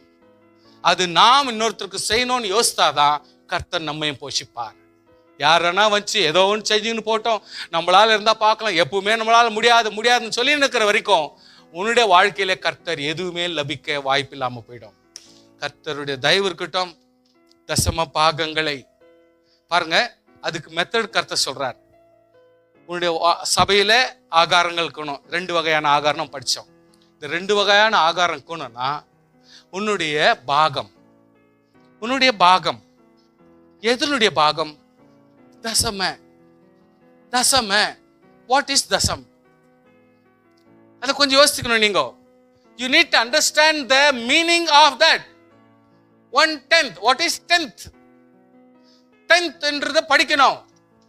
10 பாகங்களே 10வது பாகம் அப்படின்னு எடுத்துக்கலாம், இல்ல 1வது பாகம் எடுத்துக்கலாம். சோ 1ஐ 10ஆக பிரித்து அது ஒன்றாக பிரிக்கும் பொழுது அது 10ல் 1வது பாகமாக மாறும். சோ அப்படிப்பட்ட ஒன்றுக்குத்தான் தசம என்று சொல்ல முடியும். தசத்துக்கு தசம பாகம் என்று சொல்ல முடியும். சோ இப்படிப்பட்ட காரியத்திலே நம்முடைய வாழ்க்கையில கர்த்தர் பல ஆசீர்வாதங்களை கொடுக்கிறார். அதில் ஆசீர்வாதங்களை you need to make பாகம். How you can make பாகம்? தசம். சோ ஒரு 10ஆக பிரிச்சு 9 நீ வச்சுக்கோ. ஒன்னே 10 மட்டும்தான் பிரிக்கும் பொழுது மட்டும்தான் அது சபையில ஜனங்களுக்கு ஆகாரமாய் மாறும். அது ஆவிக்குரிய ஆகாரமாய் மாறினாலும் சரி, சரீர பிரகாரமான பாகமாய் மாறினாலும் சரி, தேவனாகிய கர்த்தர் சொல்றார், there should be a பாகம் to the church. சபைக்கு அது உண்டா இருக்க வேண்டும். அதை சபை போதகரா இருக்கட்டும், யாரா இருக்கட்டும், இந்த கிரமத்தை கை கொண்டால் மட்டுமே ஆசீர்வாதம், இல்லாவிட்டால் முடியாது. ஆண்டவர் ஒத்துக்கவே மாட்டார். சோ கர்த்தருடைய தயவுல விசுவாசியா இருக்கிற யாரா இருந்தாலும் சரி, ஒரு பாகங்களை நாம் கர்த்தருக்கு என்று கொடுக்க வேண்டும். எப்படிப்பட்ட பாகம் கொடுத்தால் உத்தமம்? தசம பாகம். 10ல் 1 கொடுக்கும் பொழுது மட்டுமே அது ஒரு பாகமாக மாறும். ஒரு ஏழைக்கா இருந்தாலும் யாருக்கா இருந்தாலும் நீங்கள் அப்படிப்பட்ட ஒரு ஆசீர்வாதங்களை கொடுக்கலாம். எப்படிப்பட்ட ஒரு காரியமோ கர்த்தருக்கென்று நீங்கள் கொடுக்கலாம். உங்களுடைய எந்த ஒரு காரியத்தை நியமித்தாலும் அப்படி செய்யலாம். அதுல ஒரு தப்பு இல்லை. அப்ப ஆண்டவர் சொல்றாரு, நீ இப்படி செஞ்சு பாரு. சபைக்கு எப்படி கொட்டுறாரு, தனியா குரூப்பா எப்படி கொட்டுறாரு, அது 2வது கதை. நான் வானத்தின் பலகணிகளை திறந்து இடம் கொள்ளாமல் போக மட்டும் உங்கள் மேல் ஆசீர்வாதத்தை வருஷிக்க மாட்டேனோ வென்று நீங்கள் என்னை சோதித்து பாருங்கள் என்று கர்த்தர் சொல்கிறார். You can just test it. இது நமக்கு வாழ்க்கையில வர்றதில்ல. விசுவாசிகள் ரொம்ப ரொம்ப கேர்ஃபுல்லா இந்த காரியத்தை சிந்திக்கணும். இதுவும் நமக்கு சொல்லி கொடுக்குதான். ஏன்னா இது ஆசீர்வாதத்தினுடைய முக்கிய பகுதி. ஸ்தோத்திரம். முதலாவது தேவனுடைய ராஜ்யம், நீதியை தேடணும். அப்போ இப்போ நீங்க எல்லாம் யோசித்திருந்தீங்க பாருங்க, அவை எல்லாம் நமக்கு கூட்டி கொடுக்கப்படும். கரங்களை தட்டி ஸ்தோத்திரம் பண்ணுங்க பார்க்கலாம். நம்ம என்னென்ன வேணும் வேணும் வேணும் பிளான் பண்ணி இருந்தோமோ, என்ன நடக்கணும்னு பிளான் பண்ணியிருந்தோமோ, அவ எல்லாவற்றையும் கர்த்தர் கூட்டி போடுப்பார். எப்பொழுது தேவனுடைய ராஜ்யமும் நீதியும், பரலோகத்தினுடைய சத்தியமும் நீதியும், ஒரு ஜென்யூனிட்டி உத்தமம் நம்முடைய வாழ்க்கையில காணப்பட்டால், நிச்சயமாக தேவனுடைய ராஜ்யம் நமக்குள் இருந்தால் ஆண்டவர் எல்லாவற்றையும் கூட்டி கொடுப்பார். ஸோ எப்போ நம்ம சுதந்திரிக்க போறோம், எப்போ நம்ம அனுபவிக்க போறோம் சொல்லுங்க. கர்த்தர் வரையறுப்பு கொடுக்கவே இல்லை, பார்டர் கொடுக்கவே இல்லை. உனக்கு இவ்வளவுதான் கொடுப்பேன், உனக்கு இவ்வளவுதான் செய்வேன், கர்த்தர் சொல்லவே இல்லை. தயவு செய்து நீங்க எவ்வளவுனா வாங்கலாம், எவ்வளவுனா அனுபவிக்கலாம், எவ்வளவுனா பலப்படலாம். உங்களுக்கு இதான் வரையறுப்பை கர்த்தர் கொடுக்கல. சிலர் யோசிப்பாங்க, கார் வாங்கலாமா, இதை வாங்கலாமா, அதை வாங்கலாமா. சுவாசியே, எதவனா வாங்கலாம், நீ எதவனா பலப்படலாம், எதவனா கர்த்தர் ஆசீர்வாதம் கொடுக்க முடியும், எவ்வளவுனா கர்த்தர் ஆசீர்வதிக்க முடியும். கர்த்தருடைய ஆசீர்வாதத்துக்கு வரையறுப்பு கிடையாது. அதே சமயத்துல ஒரு பொருளை வச்சு ஒரு மனுஷனுடைய ஆசீர்வாதத்தை கணிக்க வேண்டாம். ஸ்தோத்திரம். கையை விருத்துங்க பார்க்கலாம். ஒரு பொருள், எனக்கு இருக்கிற பொருளை வச்சு தேவன் உன்னை இப்படிதான் ஆசீர்வாதிப்பார் என்று சொல்லி கணக்கு போடாதே. பொருளை வச்சு கர்த்தர் கணக்கு போட மாட்டார். ஸ்தோத்திரம். ஹல்லேலூயா. ஆசீர்வாதங்கள் வெளியே வித்தியாசமான ரீதியில் இருக்கும், வித்தியாசமான கோணங்களை கர்த்தர் கொடுப்பார். ஆசீர்வாதம் என்றது வெறும் பொருளாலும் இது மட்டும் கிடையாது, வித்தியாசமான ஆசீர்வாதங்கள் உண்டு. அது ஒரு டைம் உங்களுக்கு நான் சொல்லித்தரேன். ஆசீர்வாதத்தினுடைய மீனிங் எவ்வளோன்றது நான் சொல்லித்தரேன். ஸ்தோத்திரம். வருத்தப்பட்டு சுமக்கிறவர்களே எல்லாரும் வாருங்கள். நம்மளுக்கெல்லாம் என்ன வேணும்? இளைப்பாறுதல். இளைப்பாறுதல் ஒரு மனுஷனுக்கு தேவை. ஸோ ஆசீர்வாதத்தில் ஒரு பங்கு தான் இளைப்பாறுதல். ஸ்தோத்திரம். ஆசீர்வாதத்தினுடைய ஒரு பாகம், one of the ingredients of blessing, அது என்னதுன்னா இளைப்பாறுதல். Peace of mind, a settled mind, a settled mind. So கர்த்தர் சமூகத்தில் நம்ம எதை பற்றியும் கவலை இல்லாமல், என் தேவன் என்னை நடத்தி கொண்டிருக்கிறார், என் தேவன் என்னை ஆசீர்வதித்துக் கொண்டிருக்கிறார், என்னை பலப்படுத்தி கொண்டிருக்கிறார் சொல்லக்கூடிய ஒரு சமாதானமான வாழ்க்கையை கர்த்தர் கொடுக்க முடியுமானால், இந்த ஒரு இளைப்பாறுதல் தேவன் அதுக்கு எது கம்பேர் பண்றாருன்னா, சார் எது கம்பேர் பண்றாரு தெரியுமா? வருத்தப்பட்டு பாரம் சுமக்கிறவர்களேன்றாரு. ஸோ அதுக்கு எதை கம்பேர் பண்றாரு? இளைப்பாறுதலுக்கு அப்போனன்ட் யாரு? வருத்தப்பட்டு பாரம் சுமக்கிறவர்கள். சோ வசனங்களை எப்பவும் படிக்கும் பொழுது அந்த வாக்கியத்திலே இருக்கும் பதில், அந்த வாக்கியத்திலே தான் இருக்கும் கண்டென்ட். அதை கம்பேர் பண்ணக்கூடிய சூழ்நிலை எங்க இருக்குதுன்னா அந்த வசனத்தினுடைய சென்டென்ஸ்ல தான் இருக்கும். அதனால நீங்க அதிகமா ஒத்து வாழ்க்கையும் அது இதுன்னு பெருசா நீங்க தேடுறதை விட 50% உங்களுக்கு அங்கேயே கிடைச்சிடும். கர்த்தர் சிம்பிளிஃபை பண்ணி வச்சிருப்பாரு. ஸ்பெஷலா new testament is almost biography. மத்தேயு, மார்க், லூக், யோவான், இந்த 4 புக் மட்டுமே எப்பொழுதுமே அங்கங்கே கர்த்தர் ஆன்சர் வச்சிருப்பார். ரொம்ப சிம்பிளிஃபை பண்ணி வச்சிருப்பார். பவுல் அப்போஸ்தலன்கிட்ட போனா அவன் ரொம்ப ஞானத்தோட நிறைய போட்டிருப்பார், அவர் ரொம்ப அறிவோடு போட்டிருப்பாரு. ஒரு வேர்டை ஒரு பிரசங்கமா மாறிடும். ஆனால் இயேசு கிறிஸ்து ரொம்ப சிம்பிளா ஒரே சென்டென்ஸ்ல அதிலே பதில் வர்ற மாதிரி போட்டு வைப்பார். அதுதான் இங்க வருத்தப்பட்டு பாரம் சுமக்கிறவர்கள் இஸ் ஈக்குவல் டு இளைப்பாறுதல். சோ இளைப்பாறுதல் இஸ் ஈக்குவல் டு வருத்தப்பட்டு பாரம் சுமக்குவர்கள். சோ அந்த 2 காரியத்துக்கு உள்ள மனுஷருக்கு என்ன தேவை? இளைப்பாறுதல் தேவை அப்படின்றது அதுக்குரிய மீனிங். சோ கர்த்தருக்கு ஸ்தோத்திரம். நீ உன் வாக்கை நன்றாய் கேட்டு நான் சொல்வதை எல்லாம் சொல்வாயானால் நான் உன் சத்துருக்களுக்கு சத்துருவாயும் விரோதிகளுக்கு விரோதமாய். நான் ஆல்ரெடி படிச்சுட்டேன் நான், சாரி. ஸோ இந்த இடத்துல டியூட்ரானமி 28ஆம் அதிகாரம் 1 முதல் 14 வசனங்கள் இந்த வருஷம் வாசிக்கவே இல்லை. ஒருவேளை வாசிக்கிறதுக்கு ஆசையாக இருந்தால் நம்ம வாசித்துடலாம், வேணுமா தான். ஏன்னா ஆசீர்வாத வசனம் வாசிக்கிறதுக்கு நமக்கெல்லாம் குஷி தானே. அப்படியே நம்ம வாழ்க்கையில் எல்லாத்தையும் ஆசீர்வாதமாக மாற்றிட்டாருன்னா ரொம்ப சந்தோஷம் தானே. ஆமேன். ஸோ இன்று நான் விதிக்கிற உன் தேவனாகிய கர்த்தருடைய கட்டளையின்படியாக செய்ய கவனமாக இருக்கும்படிக்கு, அகெயின் அவர் சத்தத்துக்கு உண்மையாய் செவி கொடுப்பாயானால். ஸோ இந்த ஆசீர்வாதங்களை ஃபர்ஸ்ட் படிக்கிறதுக்கு முன்னாடி இந்த பர்டிகுலர் பாகம் தான் ரொம்ப இம்பார்ட்டன்ட். என்னது? நான் உனக்கு விதிக்கிற உன் தேவனாகிய கர்த்தருடைய கட்டளைகள் படி எல்லாம் செய்ய நீ கவனமாய் இருக்கும்படிக்கு அவர் சத்தத்துக்கு உண்மையாய் செவி கொடுப்பாயானால், இதுதான் முக்கியம். இந்த காரியம் செஞ்சா அப்புறம் ஆசீர்வாத வசனங்கள் டெய்லி நல்லா படிச்சுக்கலாம். இதுல மேபி நம்ம அதை கூட வாசித்தலாம். உன் தேவனாகிய கர்த்தர் பூமியில சகல ஜாதிகள் உன்னை மேன்மையாக வைப்பார். ஸ்தோத்திரம். எப்படி வைப்பார்? கர்த்தர் மேன்மை வச்சிருக்கிறாரா? சொல்லுங்க, வச்சிருக்கிறாரா? ஸ்தோத்திரம் பண்ணுங்க பார்க்கலாம். மேன்மையா வச்சிருக்கிறாரா? சரி. உன் தேவனாக சத்தத்தை செவி கொடுக்கும் போது இப்பொழுது சொல்லப்படும் ஆசீர்வாதங்களும் உன்மேல் வந்து பலிக்கும். சரி. பட்டணத்தில் வெளியில் உன் கற்பக்கனி, நிலத்தின் கனி, மாடுகளின் பெருக்கும், ஆடுகளின் மந்தையில், உன் கூடை, தொட்டி, வருகையிலும் போகையிலும் உனக்கு விரோதமாக எழும்புற சத்துருக்கள் வழி, உன்னுடைய களஞ்சியம், கையிட்டு செய்யும் வேலை, கர்த்தர் உன் கொடுக்கும் தேசத்தில் உன்னை ஆசீர்வதிப்பார். உன் கட்டளைகளை கை கொண்டு அவர் வழியில் நடக்கும் பொழுது நீ பரிசுத்த ஜனமாய் இருப்பாய். உன் நாமம் தரிக்கப்பட்ட ஜனங்களுக்கு கண்டு உனக்கு பயப்படுவார்கள். இது கர்த்தருடைய பிள்ளைங்கன்ற பயம் உனக்கு உண்டாகும். கொடுப்பேன் என்று பிதாக்கு ஆணையிட்ட உன் தேசத்தில் கற்பத்தின் கனியிலும் மிருக ஜீவன் பலனிலும் நிலத்தின் கனியும் பரிபூர்ணம் உனக்கு கட்டளையிடுவார். ஏற்ற டைமுக்கு கரெக்டா மழை பெய்யும். கைட்டு செயல் வேலைகளை கர்த்தர் ஆசீர்வதிப்பார். கர்த்தரனுக்கு நன்மை பொக்கிஷங்களை, அதாவது அவருடைய ஆஸ்திகள் திடீர்னு இவ்வளோ ஒரு நன்மையா அப்படின்னு நீ சொல்ற அளவுக்கு கர்த்தர் உனக்கு கூட்டி கொடுப்பார். ஹல்லேலூயா. உனக்கு விதிக்கிற யாவையும் நீ வேற தேவர்களை சேவிக்கும்படி வலது சாயாமல் போனால் இன்று கர்த்தனாகிய கர்த்தர் உன்னை எப்படி தெரியுமா? வாலாக்காமல் தலையாக்குவார், கீழாகாமல் மேலாவாய். ஸோ எல்லாருக்கும் நான் மறுபடியும் ஞாபகப்படுத்துறேன். சிலருக்கெல்லாம் எது ஞாபகம்னா கர்த்தர் சொல்லிக்கிறார், நீ வாலாக்காமல் தலை. இது மட்டும் கரெக்டா ஞாபகத்துக்கும். நீ கீழாகாமல், அதுக்கு முன்னாடி என்னத்த சென்டென்ஸ்ல என்ன சொல்லிட்டு வர்றாரு அதுக்கு மறந்துட்டு போனோம். நான் விதிக்கிற கட்டளைகளை நீ கை கொள்வாயானால் அப்படின்ற அந்த வார்த்தை தான் ஸ்டார்ட் ஆயிருக்கும். அந்த ஸ்டார்டிங்கே மறந்துட்டுக்குவாங்க. ஆனால் எப்பொழுதுமே கர்த்தர் சொல்லுகிறார், நீ வாலாக்காமல் தலையாகுவாய், நீ கீழாகாமல் மேலாவாய். சத்தியமா ஆக முடியாது. ஏன்னா அதுக்கு முன்னாடி இருக்கிறது படிச்சாதான். அதனால எனக்கு ரொம்ப விந்தையா இருக்கிறது ஒரு விஷயம் ஒண்ணுக்குது. அந்த விஷயத்தை ஒருவேளை சொன்னா நீங்க மனசே பேஜார் பண்ணிக்குவீங்க.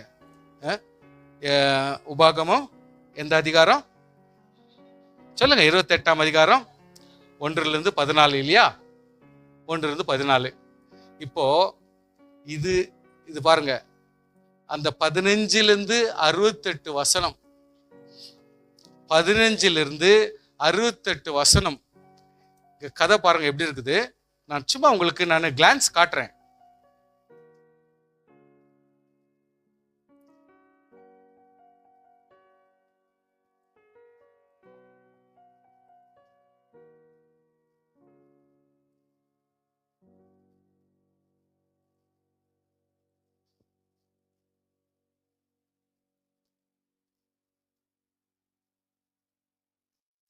பதினஞ்சாம் வசனத்திலிருந்து 68 வசனம் பாருங்க. ஆசீர்வாதம் 14 தான் படிச்சிட்டீங்க.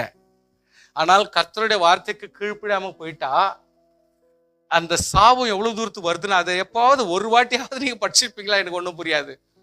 படிச்சிருக்கிறதுக்கு வாய்ப்பு இல்லைன்னு நினைக்கிறேன்.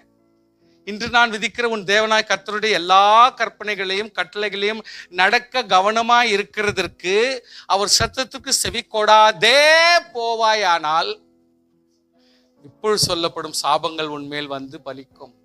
அதை ஒரு வாட்டியாவது படிச்சா தான் நமக்கு உஷாராகிறதுக்கு நல்லது. நீ பட்டணத்திலும் சபிக்கப்பட்டிருப்பாய், வெளியிலும் சபிக்கப்பட்டிருப்பாய், உன் கூடையும் மாப்பிசைகிற தொட்டியும் சபிக்கப்பட்டு. பாருங்க எப்படி கோர்வையா வருது பாருங்க. உன் கற்பக்கனியும் நிலத்தின் கனியும் மாடுகளில் பெருக்கும் ஆடுகள் மந்தைகளும் சபிக்கப்பட்டிருக்கும். வருகையிலும் சபிக்கப்பட்டிருப்பாய், நீ போகையிலும் சபிக்கப்பட்டிருப்பாய். இன்னைக்கு நான் உங்களுக்கு ஆக்சுவலா இதை சொல்லிருக்கூடாது, இருந்தாலும் ஒரு முறை சும்மா அப்படி படிங்க. நீ செய்து வருகிற உன் துர்க்கிரை நிமித்தம் சீக்கிரத்தில் கெட்டு போய் அழிவு மட்டும். நீ கையிட்டு செய்கிறதெல்லாம் கர்த்தர் உனக்கு சாபத்தையும் சஞ்சலத்தையும் கேட்டையும் வர பண்ணுவார். நீ சுதந்திரிக்க தேசத்தில் கர்த்தர் உன்னை நிர்மூலமாக மட்டும் கொள்ளனை உன்னை பிடித்து கொள்ள பண்ணுவார். கர்த்தர் உன்னை ஈழையினாலும் காய்ச்சலினாலும் உஷ்ணத்தினாலும் எரிபந்தத்தினாலும் வறட்சியினாலும் கருக்காயினாலும் விஷப்பணியினாலும் வாதிப்பார். நீ அழிவு மட்டும் இவைகளை உன் தொடர்ந்து பின்தொடரும். நான் சில நேரத்தில் ஞாபகப்படுத்திக்குவேன், கர்த்தருக்கு கீழ்ப்படியாதவங்களும் ஜனங்களுக்கு விரோதமாய் செயல்படுகிறவரும் தீவிரவாதிகளும் மற்ற ஜனங்களுக்கு விரோதமாய் செயல்படுகிற ஆட்களுக்கு, ஒருவேளை இப்படிப்பட்ட கீழ்ப்படியாதவர்களுக்கு ஏன் வித்தியாசமான திடீர் மரணங்களும் நாசமும் மோசமும் இப்படிப்பட்ட மரணங்களை ஏன் ஏற்படுத்துனா இந்த வசனத்தின் வாயிலாக தான் நடக்குதோ என்னவோ எனக்கு ஒன்றும் புரியல. ஏன்னா இதை படிக்கும் பொழுது ரொம்ப சங்கடமா இருக்கும். ஆண்டவரே 14 வசனங்கள் ஆசீர்வாதத்தை கொடுத்துட்டு 15லேருந்து 68 வசனம் வரைக்கும் இப்படி இருக்குமானால் அப்போ நம்ம எவ்வளோ அலர்ட்டா இருக்க வேண்டியது அவசியமா இருக்குது அப்படின்றது ஒரு விசுவாசியினுடைய நிலைமை. ஒருவேளை கேர்லெஸ்ஸா போயிட்டா இன்டைரக்டா, கர்த்தாவே எனக்கு மூலவாதி கொடுப்பேன், ஆண்டவரே ஆண்டவரே எனக்கு இப்படி காய்ச்சல் கொடுப்பியா, ஆண்டவரே இப்படிப்பட்ட மோசம் நடக்குமா, எத்தனை விதமான ஒரு கொஸ்டின்ஸ் நம்ம கிட்ட வருது பாருங்க. உன் தலைக்கு மேலுள்ள வானம் வெண்கலமா மாறிடுமா, உனக்கு கீழுள்ள பூமி இரும்பமானம், மேல கீழே சூடு வந்துடும், உன் தேசத்து மழையை கர்த்தர் புழுதியும் மண்ணுமாக பெய்ய பண்ணுவார், நீ அழிவு மட்டும் அப்படியே வானத்திலிருந்து உன்மேல் இறங்கு வரும். சோ இன்னைக்கு வேண்டாம் வேண்டாம், நம்ம வீட்டில் எப்பனா போய் படிச்சுக்கலாம். சரிதானுங்க? சோத்திரம் சொல்லுங்க பார்க்கலாம். ஆமேன். ஸோ 68ஆம் வசனம் வரைக்கும் நீங்க சும்மா போயிட்டு ஒரு வாட்டி படிங்க. என்ன சும்மா ஒரு கிளான்ஸ் படிக்கிறதுல என்ன ஆகுது? 68 வசனம் ஒரு ரவுண்ட் சும்மா படிச்சுட்டா அது நமக்கு கொஞ்சம் ஓரளவுக்கு இவ்வளவு தூரத்துக்கு இருக்குதா அப்படின்னு தெரிஞ்சுக்கினாலே போதும். வேற ஒன்றும் இல்லை. ஆசீர்வாதத்தை மட்டும் நம்ம படிச்சுக்கிறது நமக்கு நல்லது. கர்த்தருக்கு ஸ்தோத்திரம். இங்க ஆண்டவர் சொல்றாரு எக்ஸோடஸ் 15:26, நீ உன் தேவனாகிய கர்த்தரின் சத்தத்திற்கு கவனமாய் கேட்டு அவர் பார்வைக்கு செம்மையானவைகளை செய்து அவர் கட்டளைக்கு செவி கொடுத்து அவருடைய நியமங்கள் யாவையும் கை கொண்டால் எகிப்தியருக்கு வரப்பண்ணின வியாதிகளில் ஒன்றையும் உனக்கு வரப்பண்ணேன்.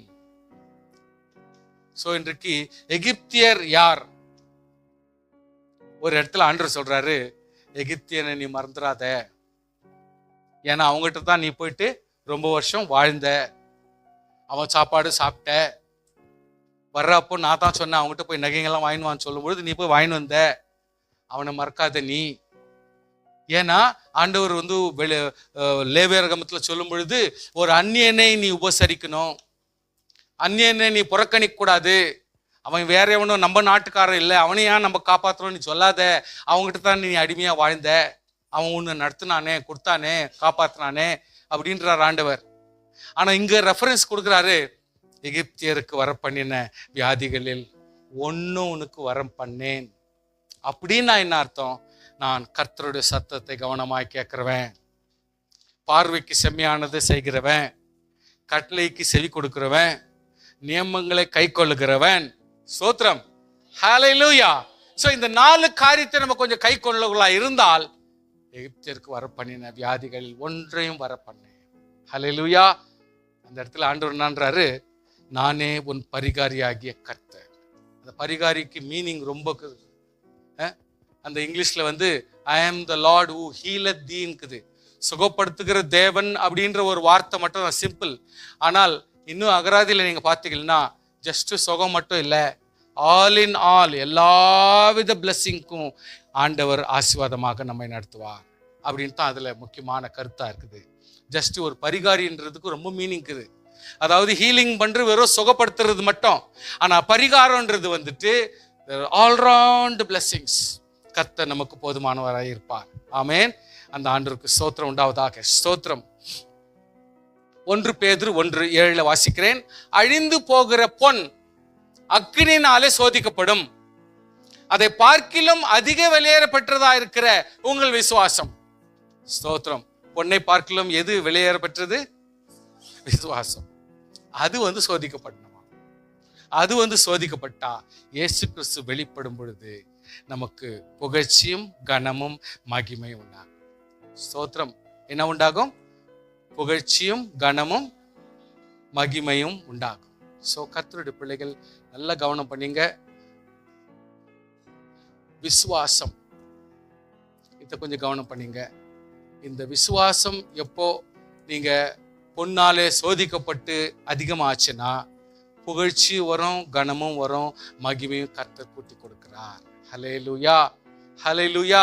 சோ விசுவாசம், நம்முடைய விசுவாசம் கரெக்டா பொன்னை போல சோதிக்கப்பட்டுச்சுன்னா நம்முடைய வாழ்க்கையில ஆண்டவர் கொடுக்கிற ஆசீர்வாதம் புகழ்ச்சியும் கனமும் மகிமையுமாய். கரங்களை தட்டி ஸ்தோத்திரம் பண்ணுவோம்.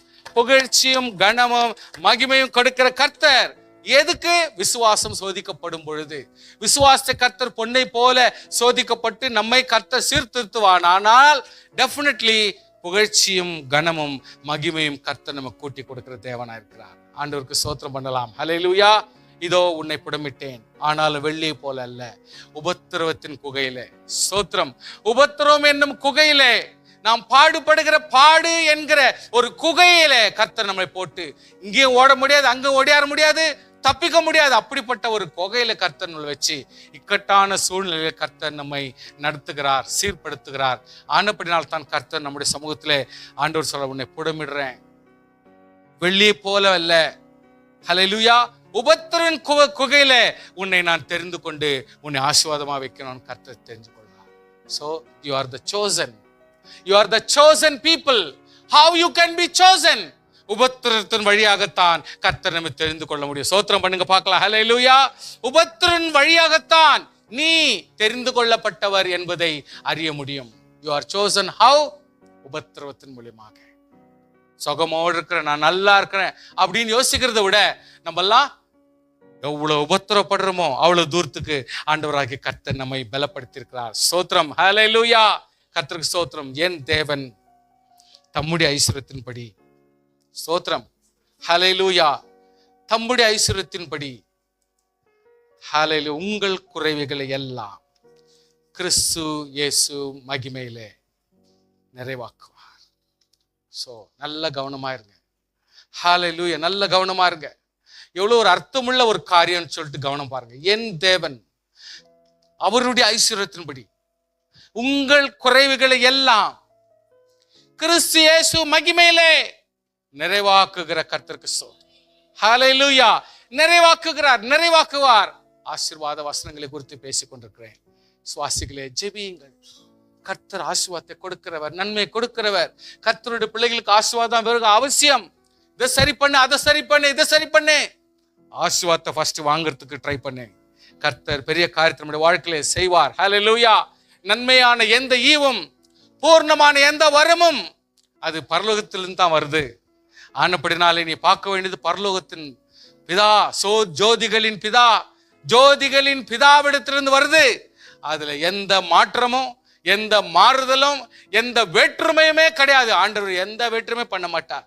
ஆளுக்கு தகுந்த மாதிரி யோசிக்க மாட்டார், ஜனங்களுக்கு தகுந்த மாதிரி பேச மாட்டார்.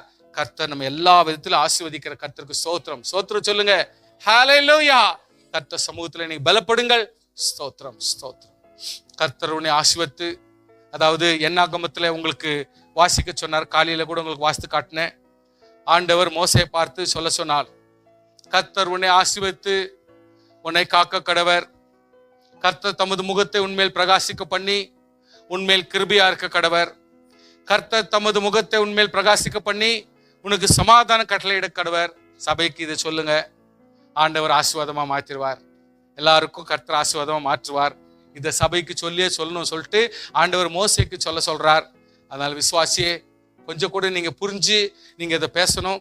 என்னாகமம் 4:23 நீங்க வாசித்தீங்கன்னா உங்களுக்கு ஓரளவுக்கு புரிஞ்சிடும். என்னாகமம் 4:23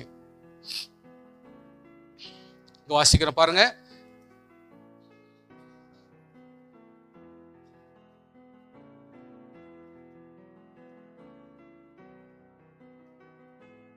என்னாகமம் 6:23 6:23 பின்னும் கர்த்தர் மோசேயை நோக்கி, நீ ஆரோனோடும் அவன் குமாரரோடும் சொல்ல வேண்டியது என்னவென்றால், நீங்கள் இஸ்ரவேல் புத்திரரை ஆசீர்வதிக்கும் போது அவர்களை பார்த்து சொல்ல வேண்டியதாவது, கர்த்தர் உன்னை ஆசீர்வதித்து உன்னை காக்க கடவர். கர்த்தர் தமது முகத்தை உன்மேல் பிரகாசிக்க பண்ணி உன்மேல் கிருபையா இருக்க கடவர். கர்த்தர் தமது முகத்தை உன்மேல் பிரகாசிக்க பண்ணி சமாதானம் கட்டளையிட கடவர் என்பதே. இவ்விதமாய் அவர்கள் என் நாமத்தை இஸ்ரவேல் புத்திரர் மேல் கூற கடவர்கள். அப்பொழுது நான் அவர்களை ஆசீர்வதிப்பேன் என்று சொல் என்றார். சோத்திரம், சோத்திரம். சொல்ல வேண்டியது ஆரோன் கடமை. ஆசீர்வாதம் வாங்கிக்கிறது, ஆசீர்வாதம் கொடுக்கிறது கர்த்தருடைய கடமை. ஆசீர்வாதம் வாங்குறது நம்ம கடமை. ஸோ இதை கொஞ்சம் கரெக்டாக, அதனால தான் பைபிள்லேருந்தே வாசி வச்சுட்டேன். ஸோ இது உடனுடனே ரெஃபரன்ஸ் எடுத்துக்கலாம். கர்த்தருடைய பிள்ளைகள், நீங்கள் கவனமாக பார்த்து 22ஆம் வசனத்து 27 வரைக்கும் வாசித்தீங்கன்னா டெஃபினெட்லி உங்களுக்கு அப்படியே ஆண்டவர் எப்படி ஆரோனுக்கு கட்டளையிடுகிறார். இன்னாயா வாசிக்கணும், நீ சபையாருக்கு இன்னாயா நீ சொல்லணும், அப்போ நான் அவர்களை ஆசீர்வதிப்பேன், அப்பொழுது அவர்களும் ஆசீர்வாதம் பெற்றுக்கொள்வார்கள். எவ்வளோ சிஸ்டம் எப்படி கற்றுக் கொடுக்குறார் பாருங்க. விசுவாசிகள் நம்முடைய வாழ்க்கையில் அதெல்லாம் கொஞ்சம் புரிஞ்சுக்கினாதான் நமக்கு பிரயோஜனமாக இருக்கும். ஸ்தோத்திரம். பிரியமானவனே, உன் ஆத்துமா வாழ்கிறது போல நீ எல்லாவற்றிலும் வாழ்ந்து சுகமா இருக்கும்படி வேண்டுகிறேன். நீ என்னன்னா பண்ணு, உன் ஆத்துமா உணர்ந்து இல்லை, அந்த ஆத்துமா தேவனை சேர்ந்து விடும், அது வாழ்ந்துன்னு தான் இருக்கும். அதனால தான் விசுவாசிகளுக்கு பல நேரத்தில் சொல்றது, கர்த்தாவே விசுவாசிகளுக்கு எதிராக வருகிற பிசாசின் கிரியைகளை இயேசுவின் நாமத்திலே கட்டி பிடிக்கிறேன். ஒன்றும் கட்டி பிடிக்க வேணாம், அது கர்த்தர் பார்த்துக்குவார். ஏன்னா ஆத்மாவை யாராலும் கட்டி பிடிக்க முடியாது, இட்டிக்கு பிடிக்கவும் முடியாது. தேவன் பார்த்துக்குவார். பிடிக்க வேண்டியது மனுஷனை பிடிக்கணும், நம்ம விசுவாசியை தான் பிடிக்கணும். ஏன்னா அவங்க தான் அடங்காத இருக்கிறது. ஸோ கர்த்தர் சமூகத்தில் நம்மெல்லாம் விசுவாசிங்க தான் கவனமாக இருக்கணும். தொழில ஆவிக்கும் ஆத்மாவுக்கும் விசுவாசத்துக்கும் ஒரு சேதம் வராது. ஸ்தோத்திரம். ஏனெனில் தேவனே தம்முடைய தயவுள்ள சித்தத்தின்படி விருப்பத்தையும் செய்கையும் உங்களில் உண்டாக்குகிறவராய் இருக்கிறார். இப்போ நீங்க சொல்லுங்க எல்லாரும், ஏனெனில் தேவனே தம்முடைய தயவுள்ள சித்தத்தின்படி விருப்பத்தையும் செய்கையும் உங்களில் உண்டாக்குகிறவராய் இருக்கிறார். பாருங்க, நம்முடைய விருப்பம் என்ன, நம்முடைய விருப்பம் என்ன, நம்ம செய்கை என்ன, அதை கர்த்தர் நம்ம கிட்ட உண்டாக்கணும்னா தேவனே தம்முடைய தயவுள்ள சித்தத்தின்படி, ஆமென், தயவுள்ள சித்தத்தின்படி அதை நமக்கு ஆசீர்வாதமாக உருவாக்கி கொடுக்கிற கர்த்தருக்கு ஸ்தோத்திரம் உண்டாவதாக.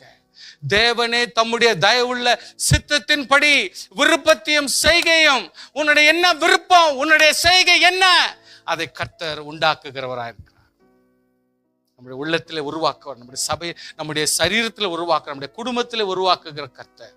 உன்னுடைய விருப்பம் என்ன, உன்னுடைய செய்கை என்ன, அதை கர்த்தர் நிறைவேற்றுகிற தேவனா இருக்கிறார். புரிஞ்சுக்குங்க, புரிஞ்சுக்கிறங்க. மேலும் நீங்கள் எல்லாவற்றிலேயும் எப்பொழுதும் சம்பூர்ண முடிவர்களாய் சகலவித நற்கிரிகளும் பெருகுகிறவர்களாய் இருக்கும்படியாக தேவன் உங்களிடத்தில் சகலவித கிருபையும் பெருக செய்ய வல்லவராக இருக்கிறார். சரி, என்ன மீனிங் தெரியுமா? என்ன மீனிங் தெரியுமா? நீங்கள் எப்பொழுதும் எப்படி இருக்கணும்? நீங்கள் எப்பொழுதும் எப்படி இருக்கணும்? படிங்க நெக்ஸ்ட் வசனம். நீங்கள் எப்பொழுதும் எல்லாவற்றிலேயும் எப்படி இருக்கணும்? சம்பூர்ணமா இருக்கணும். குறைச்சலா கர்த்தர் சொல்லவே இல்லை. யாராவது குறைச்சலா இருக்கணும்னா நம்மளை திருத்திக்கணும், சீர்படுத்திக்கணும். கர்த்தர் நம்மளெல்லாம் எப்படி இருக்கணும்னு விரும்புகிறாரு? சம்பூர்ணமாக, ஆசீர்வாதமாக, தாராளமாக, அநேகருக்கு கொடுக்குறவர்களாக கர்த்தர் நம்ம பலப்படுத்த வேண்டும். ஹல்லேலூயா. காரணம், சகலவித நற்கிரியைகளும் பெருகிறவர்களாய் இருக்கும்படியாக தேவன் உங்களுக்கு சகலவித கிருபையும் பெருக செய்வலவர்களார். நம்ம எல்லா ஆசீர்வாதம் கொடுக்கத்தக்க கிருபையும், அந்த கிருபையை கூட நம்ம கிட்ட பெருக செய்ய வல்லவராக இருக்கிறார். சோ கிருபையை கொடுக்கிற கர்த்தர் சம்பூர்ணத்தை கொடுக்க வல்லவர். அல்லேலூயா, ஸ்தோத்திரம். நாம் வேண்டிக் கொள்கிறதற்கும் நினைக்கிறதற்கும் மிக அதிகமாய் நமக்குள்ளே கிரியை செய்கிற வல்லமையின்படி நமக்கு செய்ய வல்லவராய் இருக்கிற அவருக்கு ஸ்தோத்திரம். ஹல்லேலூயா. உங்க நல்ல எண்ணத்துக்கும், உங்களுடைய நல்ல யோசனைக்கும், உங்களுடைய பிரயாசத்துக்கும், நீங்க செய்யணும்னு நினைக்கிற நல்ல காரியத்துக்கு மேலாக பலனை கொடுக்க தேவன் போதுமானவராக இருக்கிறார். ஹல்லேலூயா. கிரியை செய்ய வல்லவர், நமக்கு எல்லாவற்றையும் கொடுக்க வல்லவராகவும் இருக்கிறார். அந்த ஆண்டுக்கு ஸ்தோத்திரம், ஸ்தோத்திரம். எல்லா புத்திக்கும் மேலான சமாதானம் உங்கள் இருதயங்களையும் சிந்தனைகளையும் கிறிஸ்துவுக்குள்ளாக காத்து கொள்ள கடவுது. ஸோ எவ்வளவு தூரம் பலவீனம் வரட்டும், எவ்வளவு தூரம் கஷ்டம் வரட்டும், எவ்வளவு தூரம் குறைச்சல் வரட்டும், தேவனாகிய கர்த்தர் நம்ம நிரப்புகிறவர், ஆசீர்வதிக்கிறவர். அவருக்குள்ளாக தேவ சமாதானம் எல்லா புத்திக்கும். எப்படித்தான் அவங்க திங்க் பண்றாங்க, அவங்க திங்க் பண்றாங்க, எல்லாருடைய திங்கிங்க்கு மேலாக தேவ சமாதானம் நம்முடைய இருதயங்களையும் சிந்தனைகளையும் கிறிஸ்து இயேசுக்குள்ளாய் காத்துக்கொள்ள தேவன் உதவி செய்வாராக. ஆமென். ஹல்லேலூயா, ஸ்தோத்திரம். ஸ்தோத்திரம், ஸ்தோத்திரம். கர்த்தருக்கு காத்திருக்குள்ளோ புது பலன் அடைந்து கழுகுகளை போல செட்டைகள் அடித்து எழும்புவார்கள். ஓடினா கூட இளைப்பார்கள், நடந்தாலும் சோர்ந்து போற சான்ஸ் இல்லை. கர்த்தர் இப்படி நம்மை ஆசீர்வதிக்க போதுமானவர். இந்த கர்த்தர் நமக்கு தயவு செய்வாராக. நான் கடைசியா ஒரு டபுள் ஆசீர்வாதங்களை நாம் ஞாபகப்படுத்தி நான் முடிக்கிறேன். அவர்கள் அக்கறைப்பட்ட பின்பு, எலிசா எலியா அக்கறைப்பட்ட பின்பு, அதாவது யோர்தானை கடந்து வந்துடுறாங்க. வந்துட்டு பிறகு எலியா எலிசாவை பார்த்து கேட்குறாரு, அப்பா நான் உன்னை விட்டு எடுபட போறேன், இப்படி உனக்கு என்ன வேணும் ஃபைனலா கேளு அப்படின்றாரு. அதுக்கு அவர் சொல்றாரு, உங்களிடத்துல இந்த ஆவியின் வரம் எனக்கு டபுள் போர்ஷன் வேணும். எப்பவுமே டபுள் போர்ஷன் கேட்கறதுக்கு தைரியம் வேணும். ஏன்னா நீர் ஃபுல்லா இவ்வளோ பெரிய மகாத்மாவா, எலியானா அப்படின்ற லெவலுக்கு இருந்துச்சு. அதுல இருந்த டபுள் கேட்கறேன்னா அது கேட்கறதுக்கு கூட ரொம்ப ரொம்ப தைரியம் வேணும். அதனால இவன் அவன் கூட சிஷ்யனா, பக்கா சிஷ்யனா இருந்தான்றதுக்கு இதான் ஒரு சத்தியம். அவன் உண்மையா இருந்தான்றதுக்கு இதுதான் சத்தியம். கேசி மாதிரி இல்லை. இவன் எலியாவுக்கு எலிசா சரியான ஒரு சிஷ்யனா இருந்தான்றதுனால இவன் தைரியமா கேட்கறான், ஆண்டவரே உம்மிடத்துல இந்த ஆசீர்வாதத்துல இரட்டத்தனையாக ஆசீர்வாதம் எனக்கு வேணும். ஆமேன். விசுவாசிகள் எப்பொழுதுமே கேட்க பழகிக்கணும். ஆண்டவர் சமூகத்துல கேட்க பழகிக்கணும். ஆளுக்கு தகுந்த மாதிரி இதை பாஸ்டர் நினைச்சுக்குவாங்க, ஜனங்க நினைச்சுக்குவாங்க, ஆண்டவர் நினைச்சுக்குவாங்க, இதெல்லாம் கேட்கக்கூடாது. அதை பத்தி யோசிக்கக்கூடாது. ஆண்டவராகி கர்த்தருக்கு முன்பாக என்னுடைய தகுதி என்ன, என்னுடைய வேண்டுகோள் என்ன, என்னுடைய வாஞ்சை என்ன, என்னுடைய விருப்பம் என்ன, என்னுடைய ஏம் என்ன, அதுக்கு தகுந்த மாதிரி நம்ம ஆண்டவர் சமூகத்தில் கேட்கறது ஒண்ணுமே தப்பு இல்லை. ரெண்டு தனியான ஆசீர்வாதத்தை. ஹல்லேலூயா. அவர் சொல்றாரு, ரொம்ப சிம்பிள் விஷயத்த கேட்ட போயான்றாரு. இவர் பயந்துன்னு கேட்டாரோ, எப்படி கேட்டாரோ, எலியா என்ன சொல்லிட்டாரு, ரொம்ப ரொம்ப ரொம்ப அருதான், ரொம்ப சின்ன விஷயத்த கேட்ட விடுப்பா, ரொம்ப இது என்ன பெரிய கதை, அருமையான கதை கேட்ட விடுப்பா அப்படின்ட்டாரு. ஸோ ஒன்லி திங், நான் எடுத்துக்கொள்ளப்படும் பொழுது, ஸ்தோத்திரம், கொடுக்கிற ஆள் எடுத்துக்கொள்ளப்படும் பொழுது அவரை பார்க்கணும். ஸ்தோத்திரம். கொடுக்கிற தேவனை நம்ம என்ன பண்ணோம், கொடுக்கிற ஆண்டவரை நம்ம என்ன பண்ணோம், ஆவியில தரிசிக்கணும், ஜெபம் பண்ணணும், சபைக்கு வரணும், ஆராதிக்கணும், துதிக்கணும். முழு மனசோடு கர்த்தர் சமூகத்துல நமக்கு நன்மை படி அழுக்கிற ஆண்டவரை நாம் நோக்கி பார்க்கணும், கீழ்ப்படியணும். அப்பதான் அந்த ஆசீர்வாதம் பெற முடியும். டபுள் போர்ஷன், ட்ரிபிள் போர்ஷன் எவ்வளவுனா கர்த்தர் கொடுப்பார். ஸ்தோத்திரம். யோபு தன் சிநேகிதருக்காக வேண்டி செய்த பொழுது கர்த்தர் அவன் சிறப்பை மாற்றினார். யோபு முன் இருந்த எல்லாவற்றை பார்க்கிலும் இரட்டத்தனையாய் கர்த்தர் அவனுக்கு ஆசீர்வாதத்தை கொடுத்தார். அந்த ஆண்டவருக்கு ஸ்தோத்திரம். உங்கள் வெட்கத்துக்கு பதிலாக இரட்டத்தனையான பலனை வரும், லட்சைக்கு பதிலாக தங்கள் பாகத்தில் சந்தோஷப்படுவார்கள், அதிநிமித்தம் தன் தேசத்தில் இரட்டிப்பான சுதந்திரம் அடைவார்கள், நித்திய மகிழ்ச்சி அவர்களுக்கு உண்டாயிருக்கும் என்று சொல்கிறார். ஹல்லேலூயா. கடைசியா, நம்பிக்கையுடைய சிறகுகளே அரணுக்குள் திரும்புங்கள். You just better go. ஆண்டவருடைய சிறகுகளுக்குள் போங்க, ஆண்டவருடைய ஜெபத்துக்குள் போங்க. மணவாட்டி சபையே, மணவாளன் ஏற்படுத்துகிற ஆசீர்வாதமான அடைக்கலத்துக்குள், ஜெபத்திற்குள், அவருடைய பிரசன்னத்துக்குள் போங்க, அவருடைய கீழ்ப்படிதலுக்கு போங்க. இரட்டிப்பான நன்மை தருவேன், இன்னைக்கே தருவேன். சோ வசனங்களை புரிந்து கொள்ளுங்கள், கர்த்தர் பெரிய காரியங்களை செய்வார். ஹல்லேலூயா.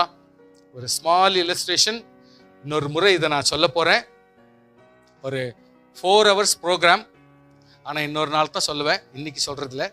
ஆனா சும்மா ஒரு கிளான்ஸ் நான் சொல்றேன். 2 பேர் பண்ற அட்டகாசம், 2 பேர் பண்ண அட்டகாசம், 2 பேர் கர்த்தருடைய பிள்ளைகள் ஒப்னி பினகாஸ் பண்ண அட்டகாசம். இன்றைக்கு தேவ பிள்ளைகளையும், அங்க இருக்கிற ஜனங்களையும், ஒரு பாஸ்டர்களையும், அங்க இருக்கிற பிரீஸ்டுகளையும், அங்க இருக்கிற ஜனங்களையும், அங்க வந்த வாலிப பெண்களையும், எல்லாருக்கும் கேடுகட்டத்தனமா வாழ்ந்த இந்த 2 பசங்களையும் ஒரு பிரீஸ்டுடைய மக்களா இருக்கிறதுக்கு வெக்கக்கேடா இருந்துச்சு. அவர்கள் பண்ண தப்புனால இன்னைக்கு உடன்படிக்கை பெட்டியை கையில தூக்கின்னு போகக்கூடாத ஒரு போர் முனைக்கு போய் தேவையில்லாத இஸ்ரவேலுக்கு கேடு உண்டாக்கி இன்றைக்கு மான மரியாதை போகத்தக்கதாக ஒரு பிடிபட்டு, அதாவது உடன்படிக்கை பெட்டி பிடிபட்ட பெலிஸ்தர் கையில போயிடுச்சு. எப்போ அது திரும்பி வந்துச்சு தெரியுங்களா? ஆண்டவர் சொல்றாரு, அந்த உடன்படிக்கை பெட்டி எப்போ போச்சோ இஸ்ரவேலுக்கு நம்பிக்கையே போச்சுன்றார். இஸ்ரவேல் எப்போ போச்சோ, உடன்படிக்கை பெட்டி போச்சோ, அந்த உடன்படிக்கை பெட்டி போனதுனால இஸ்ரவேல் ஜனங்களுக்கு நம்பிக்கையே போயிடுச்சுன்றாரு. உடன்படிக்கை பெட்டியில என்ன இருந்துச்சு? ஆர்க் ஆஃப் த கவர்னன்ட் அதுல இருந்துச்சு. ஃபுல்லா பொன்னா இருந்துச்சு, பரிசுத்தை குறிக்கிறது. A golden censer that is earned, பொன்னார் செய்யப்பட்ட தூப கலசம். நான் எப்பொழுதுமே எண்ணெய் போட்டு எரிந்து கொண்டிருக்க வேண்டிய விளக்கு இருந்துச்சு. நம்பர் 2, ஒரு நல்ல பாத்திரத்துல மண்ணா இருந்துச்சு. சோத்திரம் சொல்லுங்க பார்க்கலாம். ஹல்லேலூயா. ஒரு நல்ல மண்ணா. 3வது என்ன இருந்துச்சுன்னா துளிர்க்கிற ஆரோனுடைய கோல். 4வது என்னாச்சுன்னா set of tablets of the covenant. இது எல்லாம் குறிக்கிறது, நல்லா கொஞ்சம் கவனிச்சுங்க, பரிசுத்தத்தை குறிக்கிறது உடன்படிக்கை பெட்டி. ஏன்னா பொன்னால் செய்யப்பட்டது. நம்பர் 2, அதுக்குள்ள இருந்துச்சு விளக்கு. ஒவ்வொரு விசுவாசியும் எந்த நேரமும் மங்களா எரியக்கூடாது, அது பிரைட்டா எரிந்து கொண்டு இருக்க வேண்டும். அது இரவானாலும் பகலானாலும் எரிய வேண்டும். ஹல்லேலூயா. 3வதாக a golden jar of manna. ஒரு மனுஷனுக்கு ஆவிக்குரிய ஆகாரமும் சரீர பிரகாரம் ஆகாரம் தேவை என்று கர்த்தர் சொல்லுகிறார். growing life, அதாவது ஆரோனுடைய ஸ்டாஃப், ஆரோனுடைய துளிர்த்த கோல். ஒரு மனுஷன் வளர்கிறவனாக இருக்க வேண்டும், முன்னேறுகிறவனாக இருக்க வேண்டும். ஹல்லேலூயா. தங்கினவராக இருக்கக்கூடாது, பின்தங்கினவராக இருக்கக்கூடாது, வளர்ச்சி உள்ளவர்களாக இருக்க வேண்டும். கடைசியாக a set of tablets of covenant, அதாவது உடன்படிக்கையின் கற்பலகைகள். ஒவ்வொரு மனுஷன் தன் வாழ்க்கையில வாழ வேண்டிய கோட்பாடுகள், சிஸ்டம்ஸ், அதாவது ரூல்ஸ் அண்ட் ரெகுலேஷன் ஒரு மனுஷனுக்கு தேவை. வீட்டுகளிலே சீர்திருத்தம் தேவை, சீர்படுதல் தேவை, கண்ட்ரோல் தேவை, ஒரு கரெக்ஷன் தேவை என்று ஆண்டவர் விரும்புகிறார். சோ ஒரு உடன்படிக்கை பெட்டியில பரிசுத்தம் தேவை, விளக்கு தேவை, சாப்பாடு தேவை, வளர்ச்சி தேவை, ரூல்ஸ் அண்ட் ரெகுலேஷன் தேவை. இவ்வளவும் இல்லாத ஒரு விசுவாசி, ஒரு உடன்படிக்கை பெட்டி ஒரு விசுவாசிக்கு இல்லாமல் பிடிபட்டு போனால் தன் வாழ்க்கை மங்கலாய் போயிடும். ஒரு விசுவாசியாய் உலாவலாம், எல்லாம் நான் சரியாக்குறேன்ற லெவல்ல உலாவலாம். ஆனால் எப்போ உடன்படிக்கை பெட்டி இல்லையோ, இஸ்ரவேல் எப்போ இல்லையோ, அது தன் ஆசீர்வாதத்தையே இழந்த ஒரு நிலைமையில தான் இருக்கும் என்பதை மறந்து போக வேண்டாம். ஆனப்படினாலே நான் என்ன சொல்றேன், நான் என்ன சொல்ல வரேன் விசுவாசியே, கர்த்தருடைய பெட்டி சாபத்தையெல்லாம் தாண்டி கர்த்தருடைய பெட்டி கித்தியன் ஆகிய ஏபேத் ஏதோமின் வீட்டிலே 3 மாதம் இருக்கையில், எப்படி இருக்கையிலே?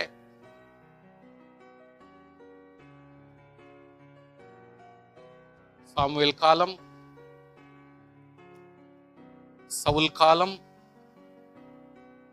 தாவீது காலம், அப்புறம் தாவீது ராஜாவாயிட்டு கூட ராஜாவா இருக்க முடியாத ஒரு காலம், சவுல் மறுபடியும் தாவீதை கொலை பண்ற காலம், அவன் போய் பெலிஸ்தீன் கிட்டே பர்மிஷன் கேட்டுன்னு அவங்களே தாவீதுக்கு இடம் கொடுத்து பத்திரமா வச்சிருந்த காலம். அதுக்கப்புறம் அந்த தாவீதை கொலை பண்றதுக்காக சவுல் தேடி தேடி ஓடின காலம். கடைசியாக பிசாசு பிடிச்சு கொண்டு இந்த தாவீதே போயிட்டு உதவி செய்ய வேண்டிய ஒரு காலம், மகளே கட்டி வச்ச காலம். கடைசியாக வர வழி இல்லாம கோலியாத் தாவீது ஜெயம் கொடுத்த காலம். அதுக்கப்புறம் ராஜாங்கமாய் மாற்றின காலம். தொடர்ச்சியாய் பலப்பட்டு இவ்வளோ காலத்துக்கும் உடன்படிக்கை பெட்டி ஊரா சுத்தின்னு வருது. தான் வீட்டுல வர முடியல. அப்பதான் தாவீது கேட்கிறான், ராஜாவாகிற சூழ்நிலை, அப்பா கித்தியனே கொஞ்சம் உடன்படிக்கை பெட்டி உன் வீட்டுல கொஞ்சம் வச்சுக்கிறியா? அவன் மனசுல எந்த பயம் இல்லை, எல்லாம் பயப்படுறாங்க. ஐயோ உடன்படிக்கை பெட்டி என் வீட்டுல வானா, எல்லாம் செத்துட்டாங்க, 1000 மூல வியாதியில செத்து போயிட்டாங்க, நான் எப்படி ஆறுதல? யாரும் ஒத்துக்க மாட்டேன்றாங்க. கித்தியனுக்கு பயம் இல்லை. ஏன்? அவங்கிட்ட எந்த பாவமும் தெரியல, எந்த ஒரு இடைஞ்சல் தெரியல. அவன் சொல்றான், நோ ப்ராப்ளம் ஐயா, தாவீது ஐயா அனுப்புங்க, எங்க வீட்டுக்கு அனுப்புங்க. அவன் தான் தோட்டத்துல கொண்டு வச்சுக்கிறான், 3 மாதம் 6 மாசம் 3 மாதம் 6 மாசம் அவன் வீட்டுல இருக்கிற வரைக்கும் கர்த்தர் அவன் சந்ததி ஃபுல்லா பலுகி பெருக செய்து விட்டார். ஆசீர்வாதம்னா இதாண்டா அப்படின்ற லெவல் கர்த்தர் ஆசீர்வதித்து விட்டார். வெளிச்சம், மன்னா, பரிசுத்தம், விளக்கு, அதாவது வளர்ச்சி, ரூல்ஸ் அண்ட் ரெகுலேஷன், இது நம்முடைய வாழ்க்கையில் இருக்குமானால், இருக்க வேண்டியவங்கிட்ட இருந்தா ஆசீர்வாதம் பெருசு. ஹல்லேலூயா. தாகோன் கோயில்ல வச்ச உடனே தலை ஒடிஞ்சிச்சு, திரியும் தூக்கி வைக்கிறாங்க, உடம்பு ஃபுல்லா உடஞ்சு போய் விழுந்துக்குச்சு. இன்னைக்கு ஒருத்தனும் வாசக்கால தாண்டி போறான். நீங்க தாண்டுறீங்க, அவன் தாண்டுறான், நீங்க தாண்டுறீங்க. மெர்ச்சின் போங்க, உங்க கதவு தானே. நம்மளுக்கு கூட சென்டிமெண்ட். ஏன் வாசல மிதிக்கிறது இல்லை? தாகோன் தலை வாசல்ல தான் விழுந்துச்சு, அதனால நான் அதை மிதிப்பதாடுறேன். இன்னைக்கு ஆண்டவராகிய கர்த்தர் கித்தியனாக ஏதோம் நீதான். நீ ஒரு ஆசீர்வாதம் உள்ளவனா இருந்தால், உடன்படியில பெட்டியில இருக்கக்கூடிய அந்த 6 குணாதிசயங்கள் நம்முடைய வாழ்க்கையில் இருக்குமானால், உடன்படிக்கை பெட்டி நமக்குள்ள இருக்கும் பொழுது ஆசீர்வாதம் நமதே. உரிமையா சொல்லுங்க, தாவீது ராஜா என் வீட்டுக்கு வரட்டும், எனக்கு ஒன்றும் பயம் இல்லை, எனக்கு ஒன்றும் வேதனை இல்லை, நான் பரிசுத்தை காத்து கொண்டிருக்கிறேன், எனக்கு தெரிந்து நான் யாருன்னு. உடன்படிக்கை பற்றி வரட்டும், பயப்படுறதில்லை. நான் ஆசீர்வாதத்தை கர்த்தர் கொடுத்தார். அதுக்கப்புறம் தாவீதுக்கு தைரியம் வந்துருச்சு. ஓஹோ, நம்முடைய விசுவாசி வீட்டுல இருக்கும் பொழுது கர்த்தர் இவ்வளவு தூரம் ஆசீர்வதிட்டாரே, அதனால இப்ப போய் தைரியமா நம்ம கொண்டாந்தலாம் சொல்லிட்டு அவன்கிட்ட சொல்றான், அப்பா இந்த மாதிரி வண்டி போட்டு எல்லாத்தையும் ரெடி பண்ணி நீ சைலண்டா விட்டுருப்பா, ஆவியானவர் நடத்துவார் அப்படின்னு சொல்லிடுறான். அவ்வளவுதான் சொல்றாங்க.